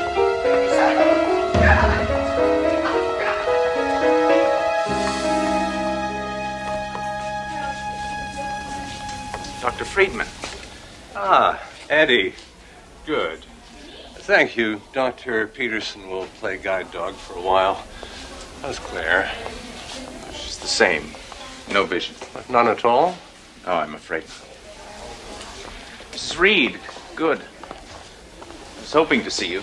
It's Dr. Peterson here. Yes. I was wondering if you could drop by Mrs. Hendricks' room. Maybe help cheer her up a little bit. She thinks a lot of you. Of course, I'd be glad to.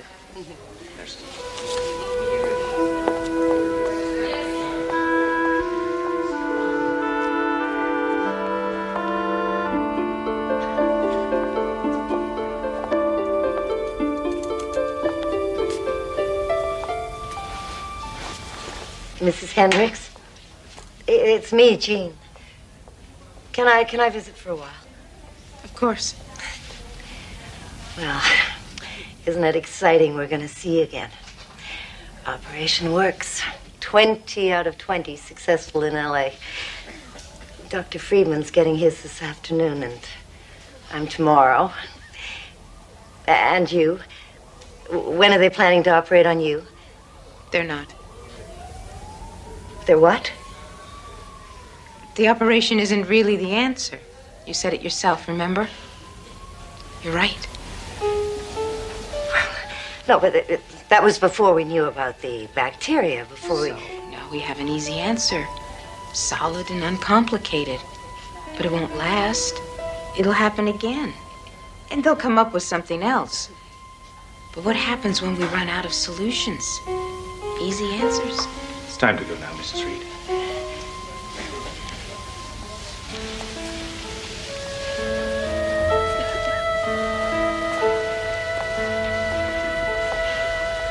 Wait, Dr. Peterson. Aren't they going to operate on Mrs. Hendricks? No. An operation isn't the answer in her case. Well, then how will she ever see again? She'll see again, Mrs. Reed. It'll just take her a little longer.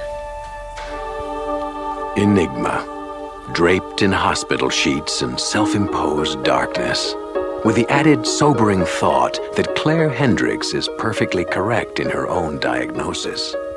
Take it as a warning, a cry for humanity, or a simple plea for responsibility from the dark places of the Twilight Zone.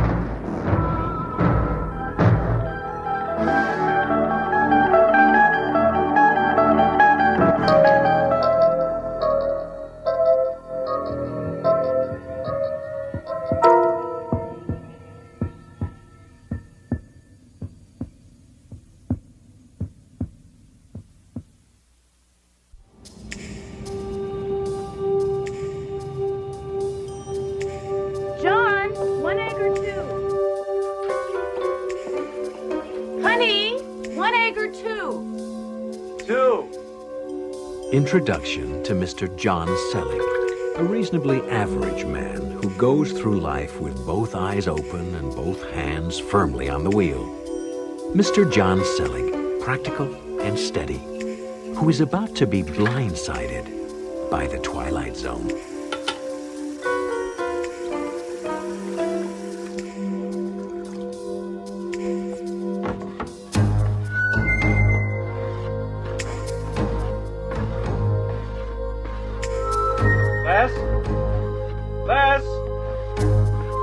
Leslie? Leslie? That's all right, sir. Don't worry about a thing. Be fixed in a jiffy. No, but it oh, fell. Yes, sir. Shoddy workmanship. I'm terribly sorry about all this, sir. It's just the way things are these days, you know. Always rush, rush, rush. Nobody giving a fig for quality. Not like the old days. Hey, wait a minute. What do you think you're doing? Fixing your mirror. What's it look like? But there's a camera back there. Where? I don't see a camera. Well, of course not. That's because you just covered it up. Did I? Well, that's one job done then. Good day. Hey, come back here. Where the hell do you think you're going? Back to work. And may I suggest you do the same thing? It's nearly 9 o'clock, and you know how Mr. Weatherall gets... Never mind. Never said a thing. Good day. Hey, wait a minute. How do you know my boss's name? I don't. But you just said it. No, I didn't. You must have mistaken me for someone else. Good day. Listen, are you going to stand there all day? Yes. I want to know what you were doing up there. Up where? Upstairs. The mirror, the camera, remember? Ah, yes, that. Nothing whatsoever. Just a little routine maintenance. It's a camera. You've been spying on me. I have not. Look, it's all just part of the job. Now, be a good fella and let me get back to it. No. I'm going to call the police. You wouldn't want to do that. No, I don't think so. Why not? False complaint. Show me where it says fixing the cameras against the law. That's not the point. I didn't put that camera there in the first place. It's not my camera. I don't even know how it got there. Ah, then you want installation. Oh, I'm sorry, that's not my department. Have a nice day. Oh, you know, you're not as pleasant in person as you are on TV. That's it. I am calling the police. There's really no need to do that. Look, John. May I call you John? We don't want to make too big a scene over this. I mean, it makes everything too complicated. I'd tell you, but... Look, all right, I'll tell you, but... We've got to stand right in there. In the closet? Shh. Why there? It's outside camera range. But it's in the bathroom. No. The other cameras.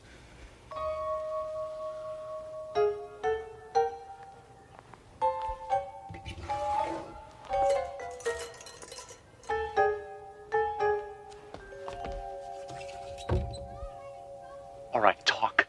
Look, I want you to know I'm risking my job just telling you this. You're not supposed to know, you see? I mean, it takes all the fun out of it, doesn't it? All the fun out of what? Look at my chest. Excuse me? Here. You see those letters? JSTV in big friendly letters? Yeah, so what about it? Stands for John Selling Television. Well, you're on television. I am? Yes. 24 hours a day. You've got quite a following. Did you know you've got people who tune in the middle of the night just to watch you sleep? Extraordinary. Who's watching? Oh, everybody. Well, everyone who subscribes, at least. Everyone, my neighbors, all the people I know. They were quite helpful, yes. Helped to set up cameras all over the place for maximum coverage. Your job, your car, the office, living room, den, bathroom. Well, that one was less than perfect, wasn't it? Bedroom, kitchen, rec room. Bedroom? Well, it is a cable service. Adults only, that sort of thing. Well, now you know. So, if you'll excuse me. I don't believe you. How could something like this happen without someone telling me? Shh. That's the whole point. If you knew you were on TV, you'd act differently. It'd take all the fun out of it, like I said. That's why everyone on the service signs a contract specifying they won't spill the beans. Besides, gives all the folks you know a chance to be on TV. Archie, call 9. Have to go.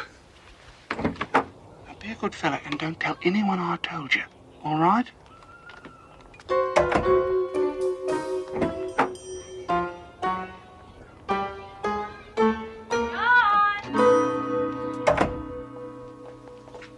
Your breakfast is ready.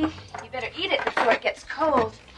Haven't you finished dressing yet? Did you see that man? What man? He came right into the bathroom. I spent 10 minutes with him in the closet. Did you sleep all right last night? I slept fine. It's this morning I'm having a slight problem with. I have no idea what you're talking about. Oh, I gotta go. Have a nice day, honey. Don't blow it for us. The ratings are terrific.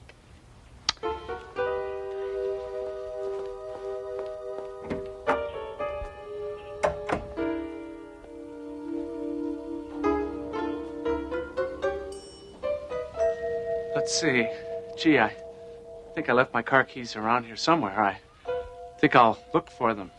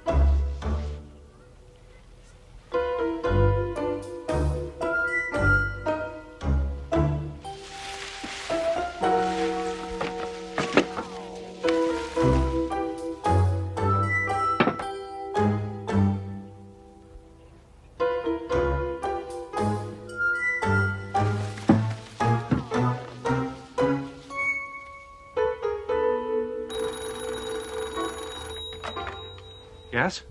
This is to inform you that destruction of company property is to be avoided at all costs. Please inform maintenance and do not touch the equipment again. Thank you. Try and stop me.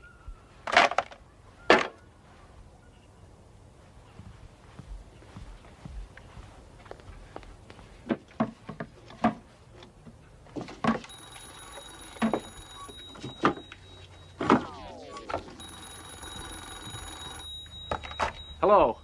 You were warned.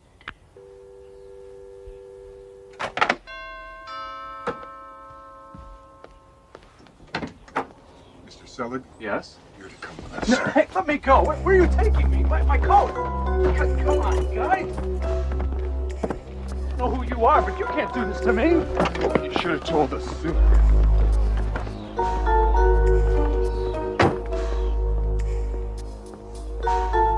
Well, you've gone and done it now, haven't you?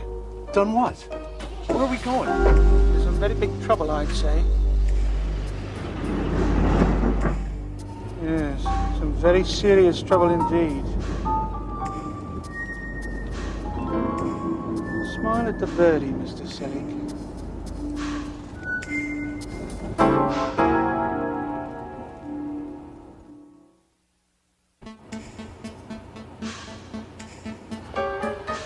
Who are they? Fans. Whose? Yours. Now that the secret's out, they can all come out of the woodwork. All those hormones repressed for 5 years. Disgusting, isn't it? Well, they rip the clothes right off you in a second, just like that. Do you really think so?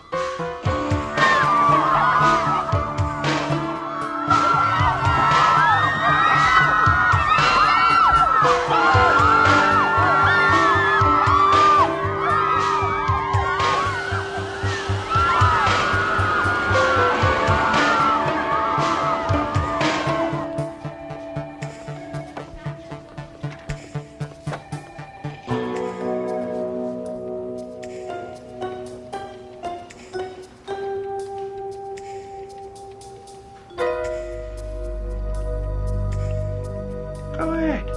Try it.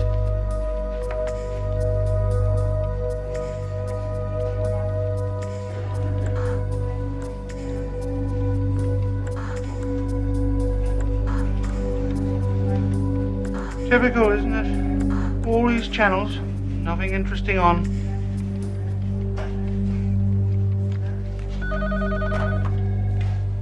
Yes. All right.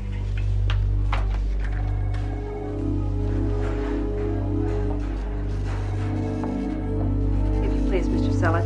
This way.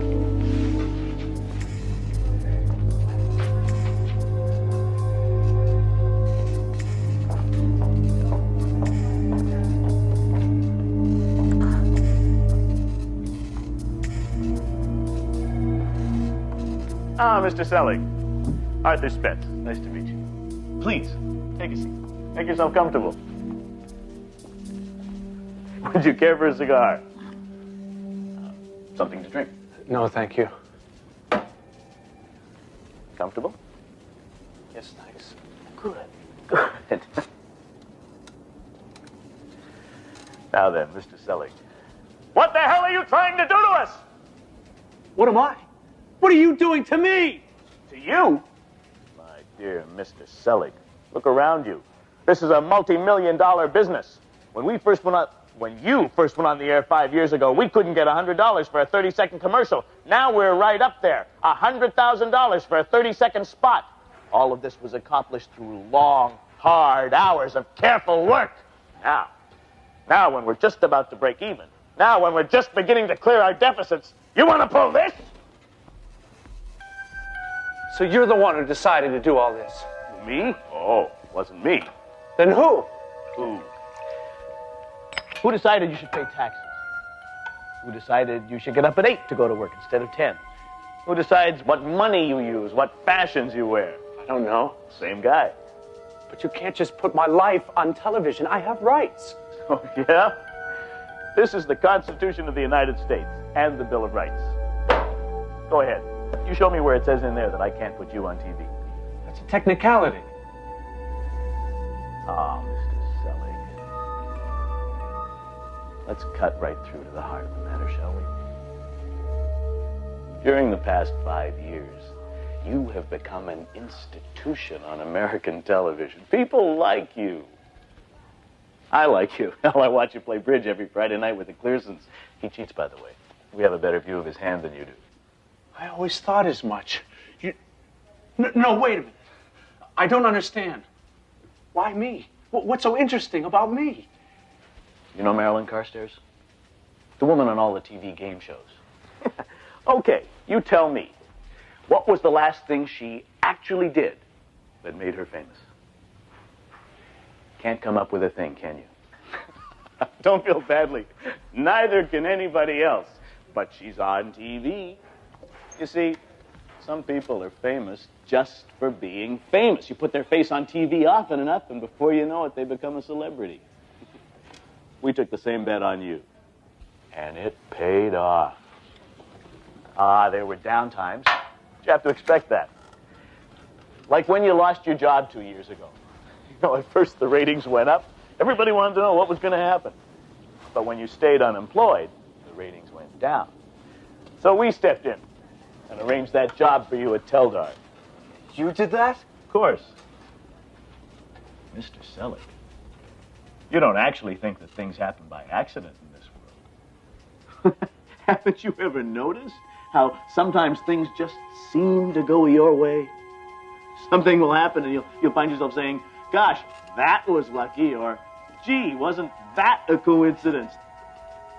That would be us, Mr. Selig. We have a whole department that looks after happy coincidences. How do you think you met Leslie? My wife? Hired by us. Though I suppose we'll have to find her a new spot now. If you persist in making a federal case out of this. There you have it, Mr. Selig. Thousands of jobs. People's livelihood, millions of dollars of income. It's all riding on you. Can't you just forget it? Go back to living your life just the way you did before. No, I can't. I want my privacy back. You have no right. As you wish. I'll have a car brought around to take you home.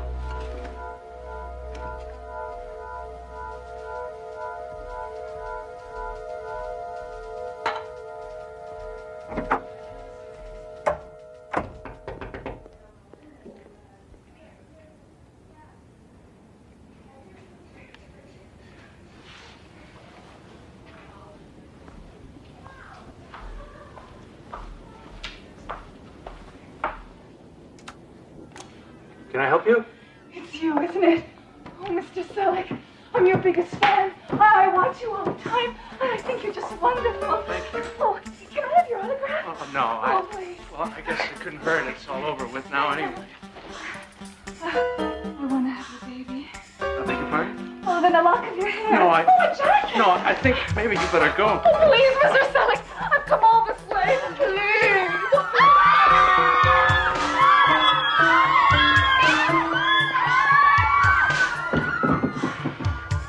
I'm supposed to take you home.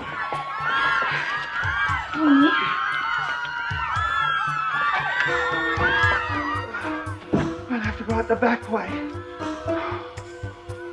And I want you to know I got sacked because of all this. 2 weeks' notice and out. Just as cold as you please. I'm sorry. I didn't mean to cause you any trouble. I wish there was something I could do. You just did. Come on.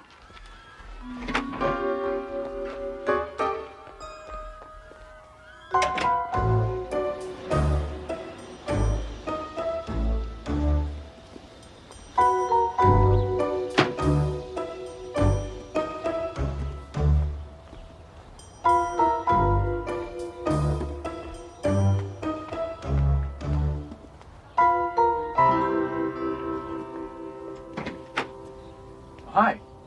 Come on in. I was just going over the fan mail. I had no idea so much had been collected. The gifts, offers of marriage, it's amazing. I just came to drop this by. It's a check. Back pay for the last 5 years. Oh, yes, they always intended to pay you. They just kept it in a trust fund until you either found out or the show got cancelled. But it's a lot of money. Hmm? Yes, I suppose it is. What are you doing? Company equipment. Not needed around here much more, is it? Now the show's been cancelled. Now that you know, it's not much fun anymore, is it? And it's really over? Sorry, not my department. But the money the women. You wanted your life back, just the way it was, right? Well, that's what you've got. And I hope you're satisfied. I'm sorry about your job. Yeah, well, that's the way it goes. Thanks, so. I guess that makes two of us. It's funny, I was just getting used to it. Yeah, well, not much can be done about it now, I suppose. No, I suppose not. Here. Come here.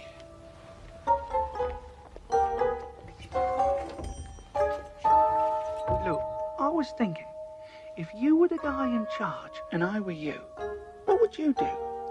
Maybe you'd just tell me I was off the air, so I'd think I was, but I'm really on television without knowing it. This way, I'd go back to acting normal, which is what everyone wants in the first place.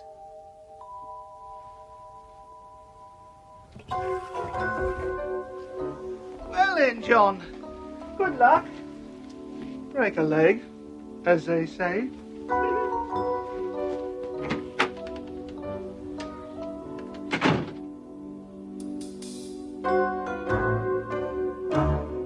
My, but isn't it a wonderful day?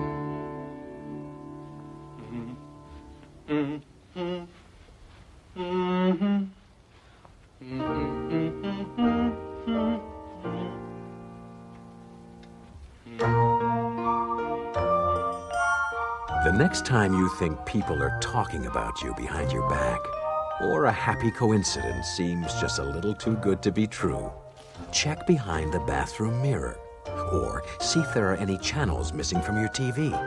It just might be that John Selig's ratings have dropped, and you've become a star in the phosphor dot world of the Twilight Zone.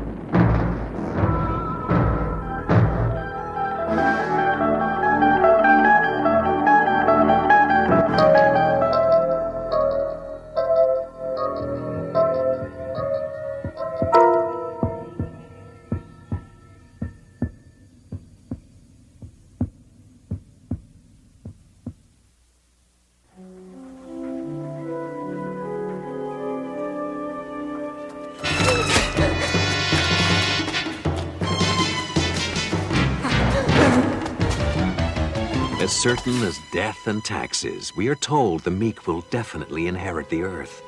Perhaps, but not always. Consider, if you will, Mr. Archie Lochner, a well-known petty crook, sidebar 6-for-5er Shylock, registered coward, and owner of a yellow streak so vivid it could be slathered on a hot dog. Mr. Lochner was written out of the will when the meek were guaranteed their inheritance. And just now, he's trying to avoid another kind of payoff. A soulful payoff in that off-track betting parlor we call the Twilight Zone.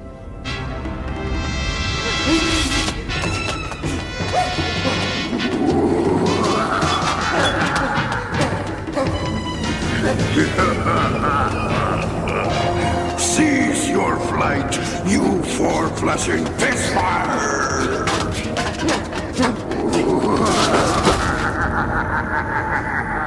This is the second most ill-advised action you have ever taken, Archie Lochner, you miserable garment of human meat.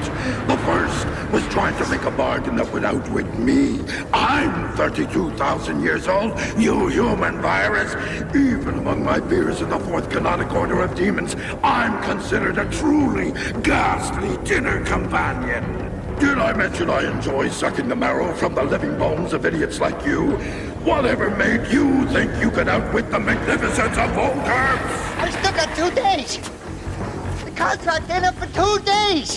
Why is it you're tormenting me? Because I'm a demon, you imbecile. I don't send singing telegrams. I torment. It's what I do.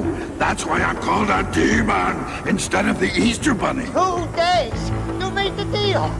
You don't bug me for 2 days. Bug you. Bug you. 2 days from now, I'll remember you mentioned bugs. Perhaps I'll turn you into one. A small, black, crawling bug, not unlike the kind I spear with a claw, crack like a nutshell, and feed to my serpent mate Diptha. She loves to be bugged.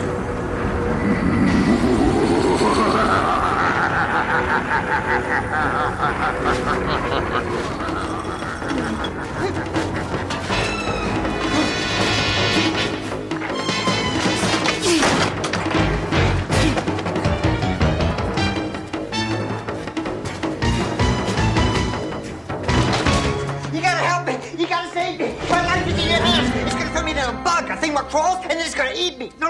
He's gonna give me to his wife, his snake lady, and she's gonna eat me. So you better help me, because if you don't, it's gonna be all over for me. Why don't you twist off his head, Mr. Lancaster, sir?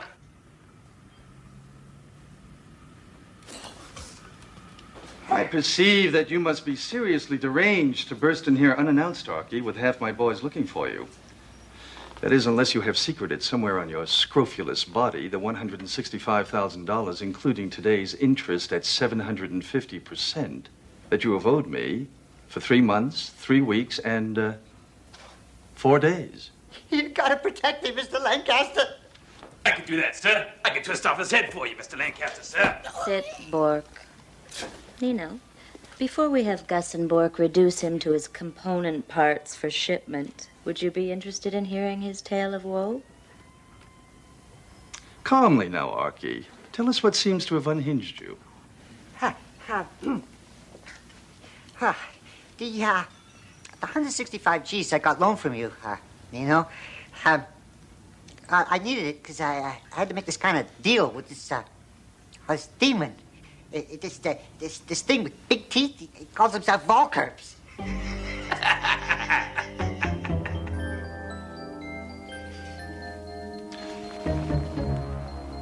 A supernatural being. Yeah, you got it. A creature of Stygian darkness, a denizen of the nether reaches, a monster from some nameless plane of witchcraft and horror. Yeah, you got it. Bork, twist his head off. I ain't making it up, Mr. Lancaster. Honest, I ain't making this up. That thing's after me. He's right off there in the alley.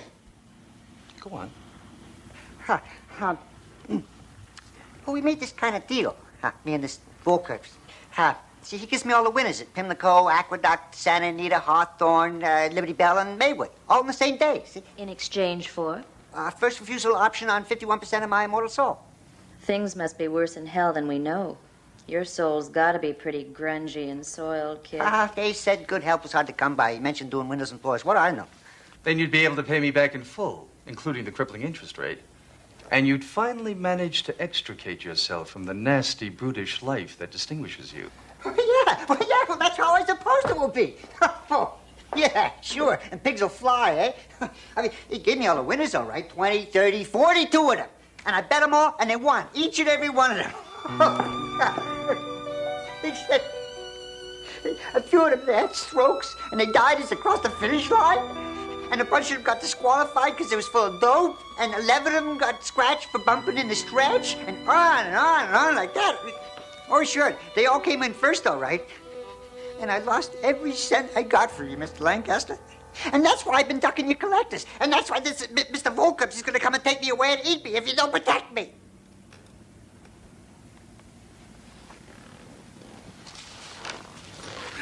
Why should I bother, even allowing that this fantasy has a basis in fact? Well, $165,000 plus the interest for 4 months, including next week. Miss Thorne is my accountant, Archie. She makes a strong case for your continued existence, despite its truly distinguished wretchedness. Then you believe me? I believe that I believe you believe it. As the most powerful underworld figure in this great metropolis, I have managed to make cohesive sense of the rackets. Now I grow bored. Ennui fills my days and nights.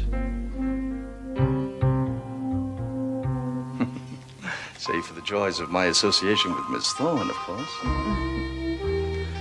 You've bought yourself a momentary reprieve through dint of sheer imagination, Archie. I won't have Gus and Bork dissect you. I will assist you. Already I feel heroic. Now tell me, how did you even go about locating a demon in these conservative climes? Well, this is woman I heard about. Supposed to have a strong in with the netherworld. I visited a couple of times. She set it up. I think she gets a commission. I suggest we pay her a visit. Gus, the car, if you please. Try to hurry, dear. We have dinner with the mayor tonight. Mm-hmm.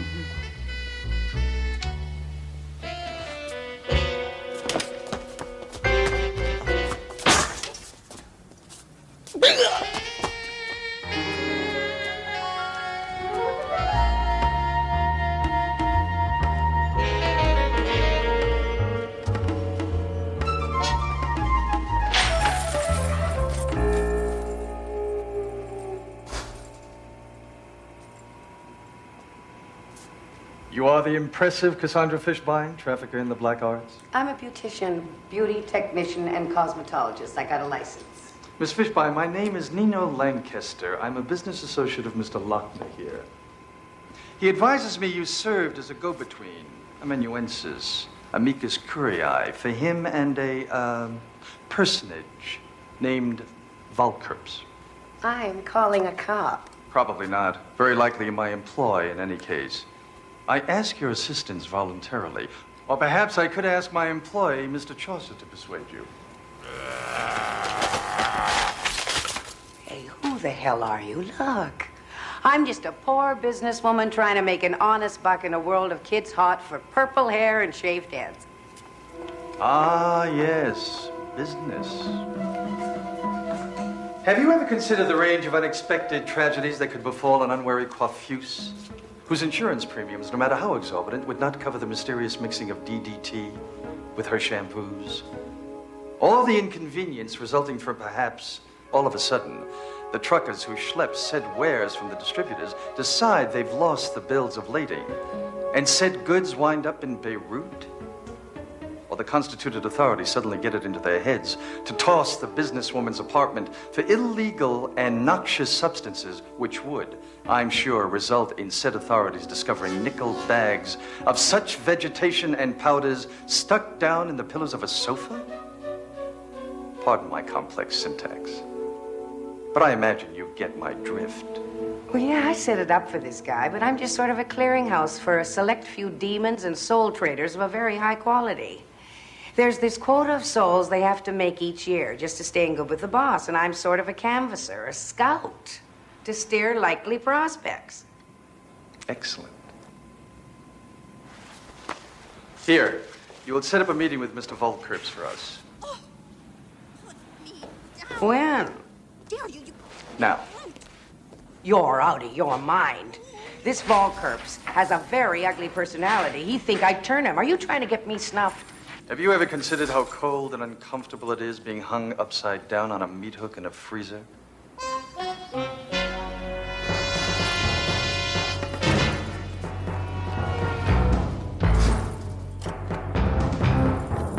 By all the Majas of Solomon's court, by the three-eyed moon of Astaroth, I call thee, Valkerps, to come forth. Cassandra, I smell betrayal. Oh, honestly, they made me call you. Get him. Do it, almighty Valkerps. Waste him. First things first, Cassandra. The little rat human, he has 2 days. But you...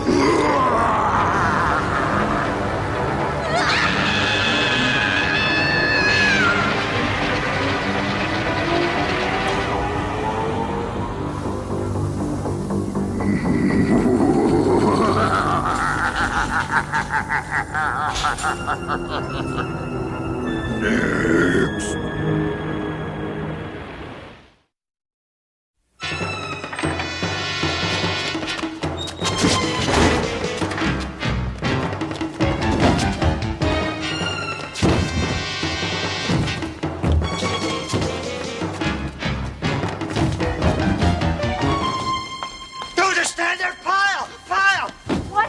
happened?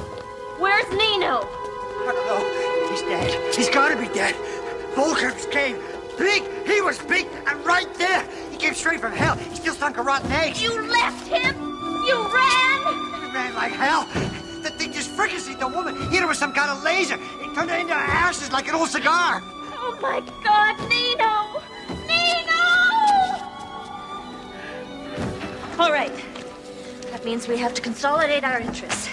Get the accounts transferred into the corporate name, begin amortizing the rolling stock, and make sure that none of the boys try to take over the territory. Are you crazy? That thing's gonna fry us and eat us. It's coming! Who's there? Nino, open up. You alone? I said open the door, now.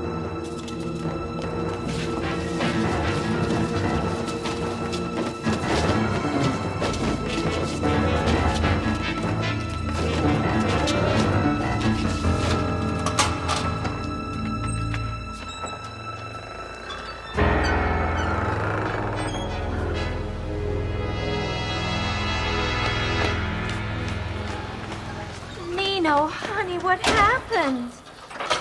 Can you walk? Obviously. Well, is your body burned? Get away!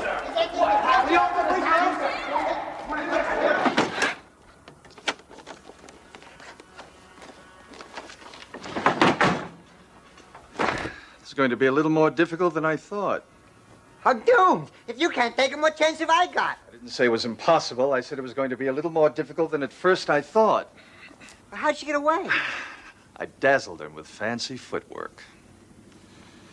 Okay, let's get to it. Gus, Bark, go see Nuncio at the docks. Have him talk to our people at the ship fitting operation. Get me 100 gallons of lead paint. What color, boss? Doesn't matter. Well, it comes in battleship gray, you know, which is like your standard color. Maybe we can get him to mix up a special batch in some nice pastel. Quiet! I don't care what color. Get gray, get anything, but get me 100 gallons with the highest lead content they can find. Then spray the inside of this office. Ceiling, floor, walls, windows, every inch of it, every corner. Then do it all over again. And when you're done, do it 10 times more. While they're getting the paint, you keep an eye on Archie. I've got a long trip ahead of me. Hey, wait a minute. You can't just go and leave me here. Where you going? Where's he going? Some things you don't want to know.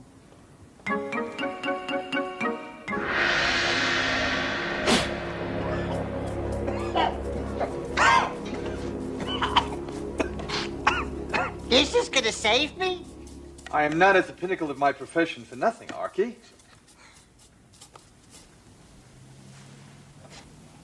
We have to wait till midnight. He'll come at midnight.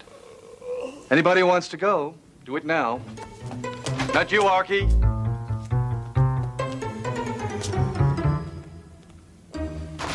Here's looking at you, kid.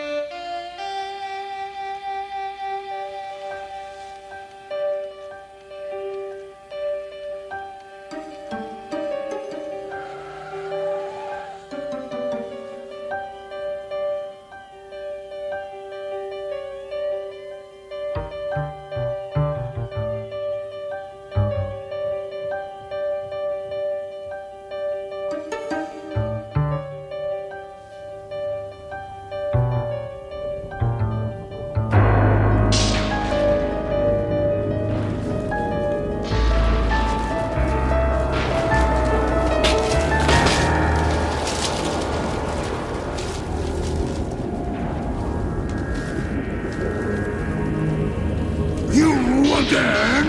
I thought you'd had enough! I'll give you one chance. What? Cancel the contract with Archie.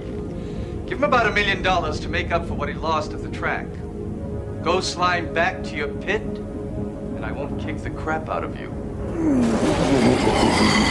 Are you Hazel, the door. Arky, the patch.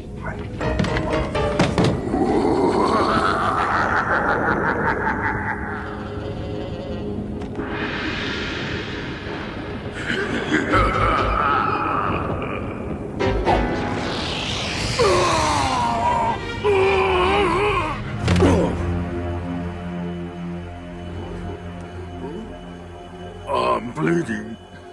I'm actually losing pus, ichor, and lovely slime.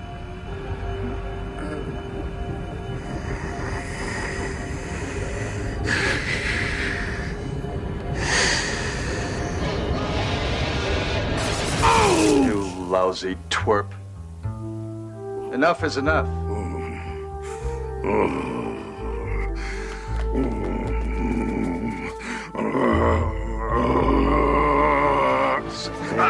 Submit. I order you by the power of Asmodeus, Belphegor, Belial, and the Toad of Death, to suppress thyself. Submit, suppress. Get your miserable, ugly backside into the box, you twerp. You lousy punk.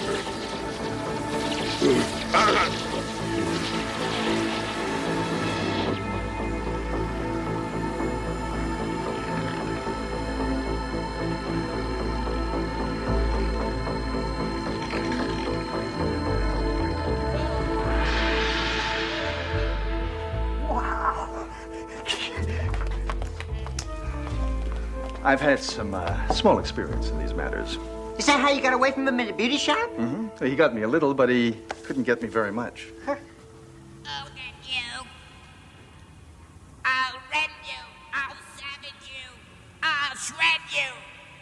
I'll suck your bones dry as death. Listen, punk. You think you're the first slug from hell, all puffed up with hot air, who ever tried to muscle in on my operation? If you're wondering how I beat you, look around in there. You're small potatoes.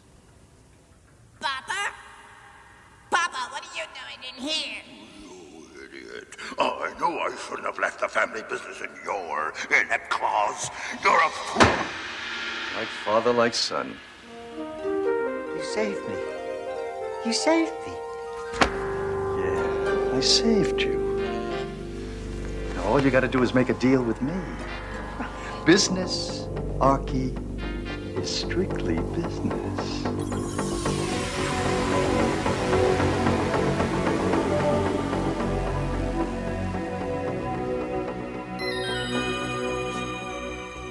Oh, Arky.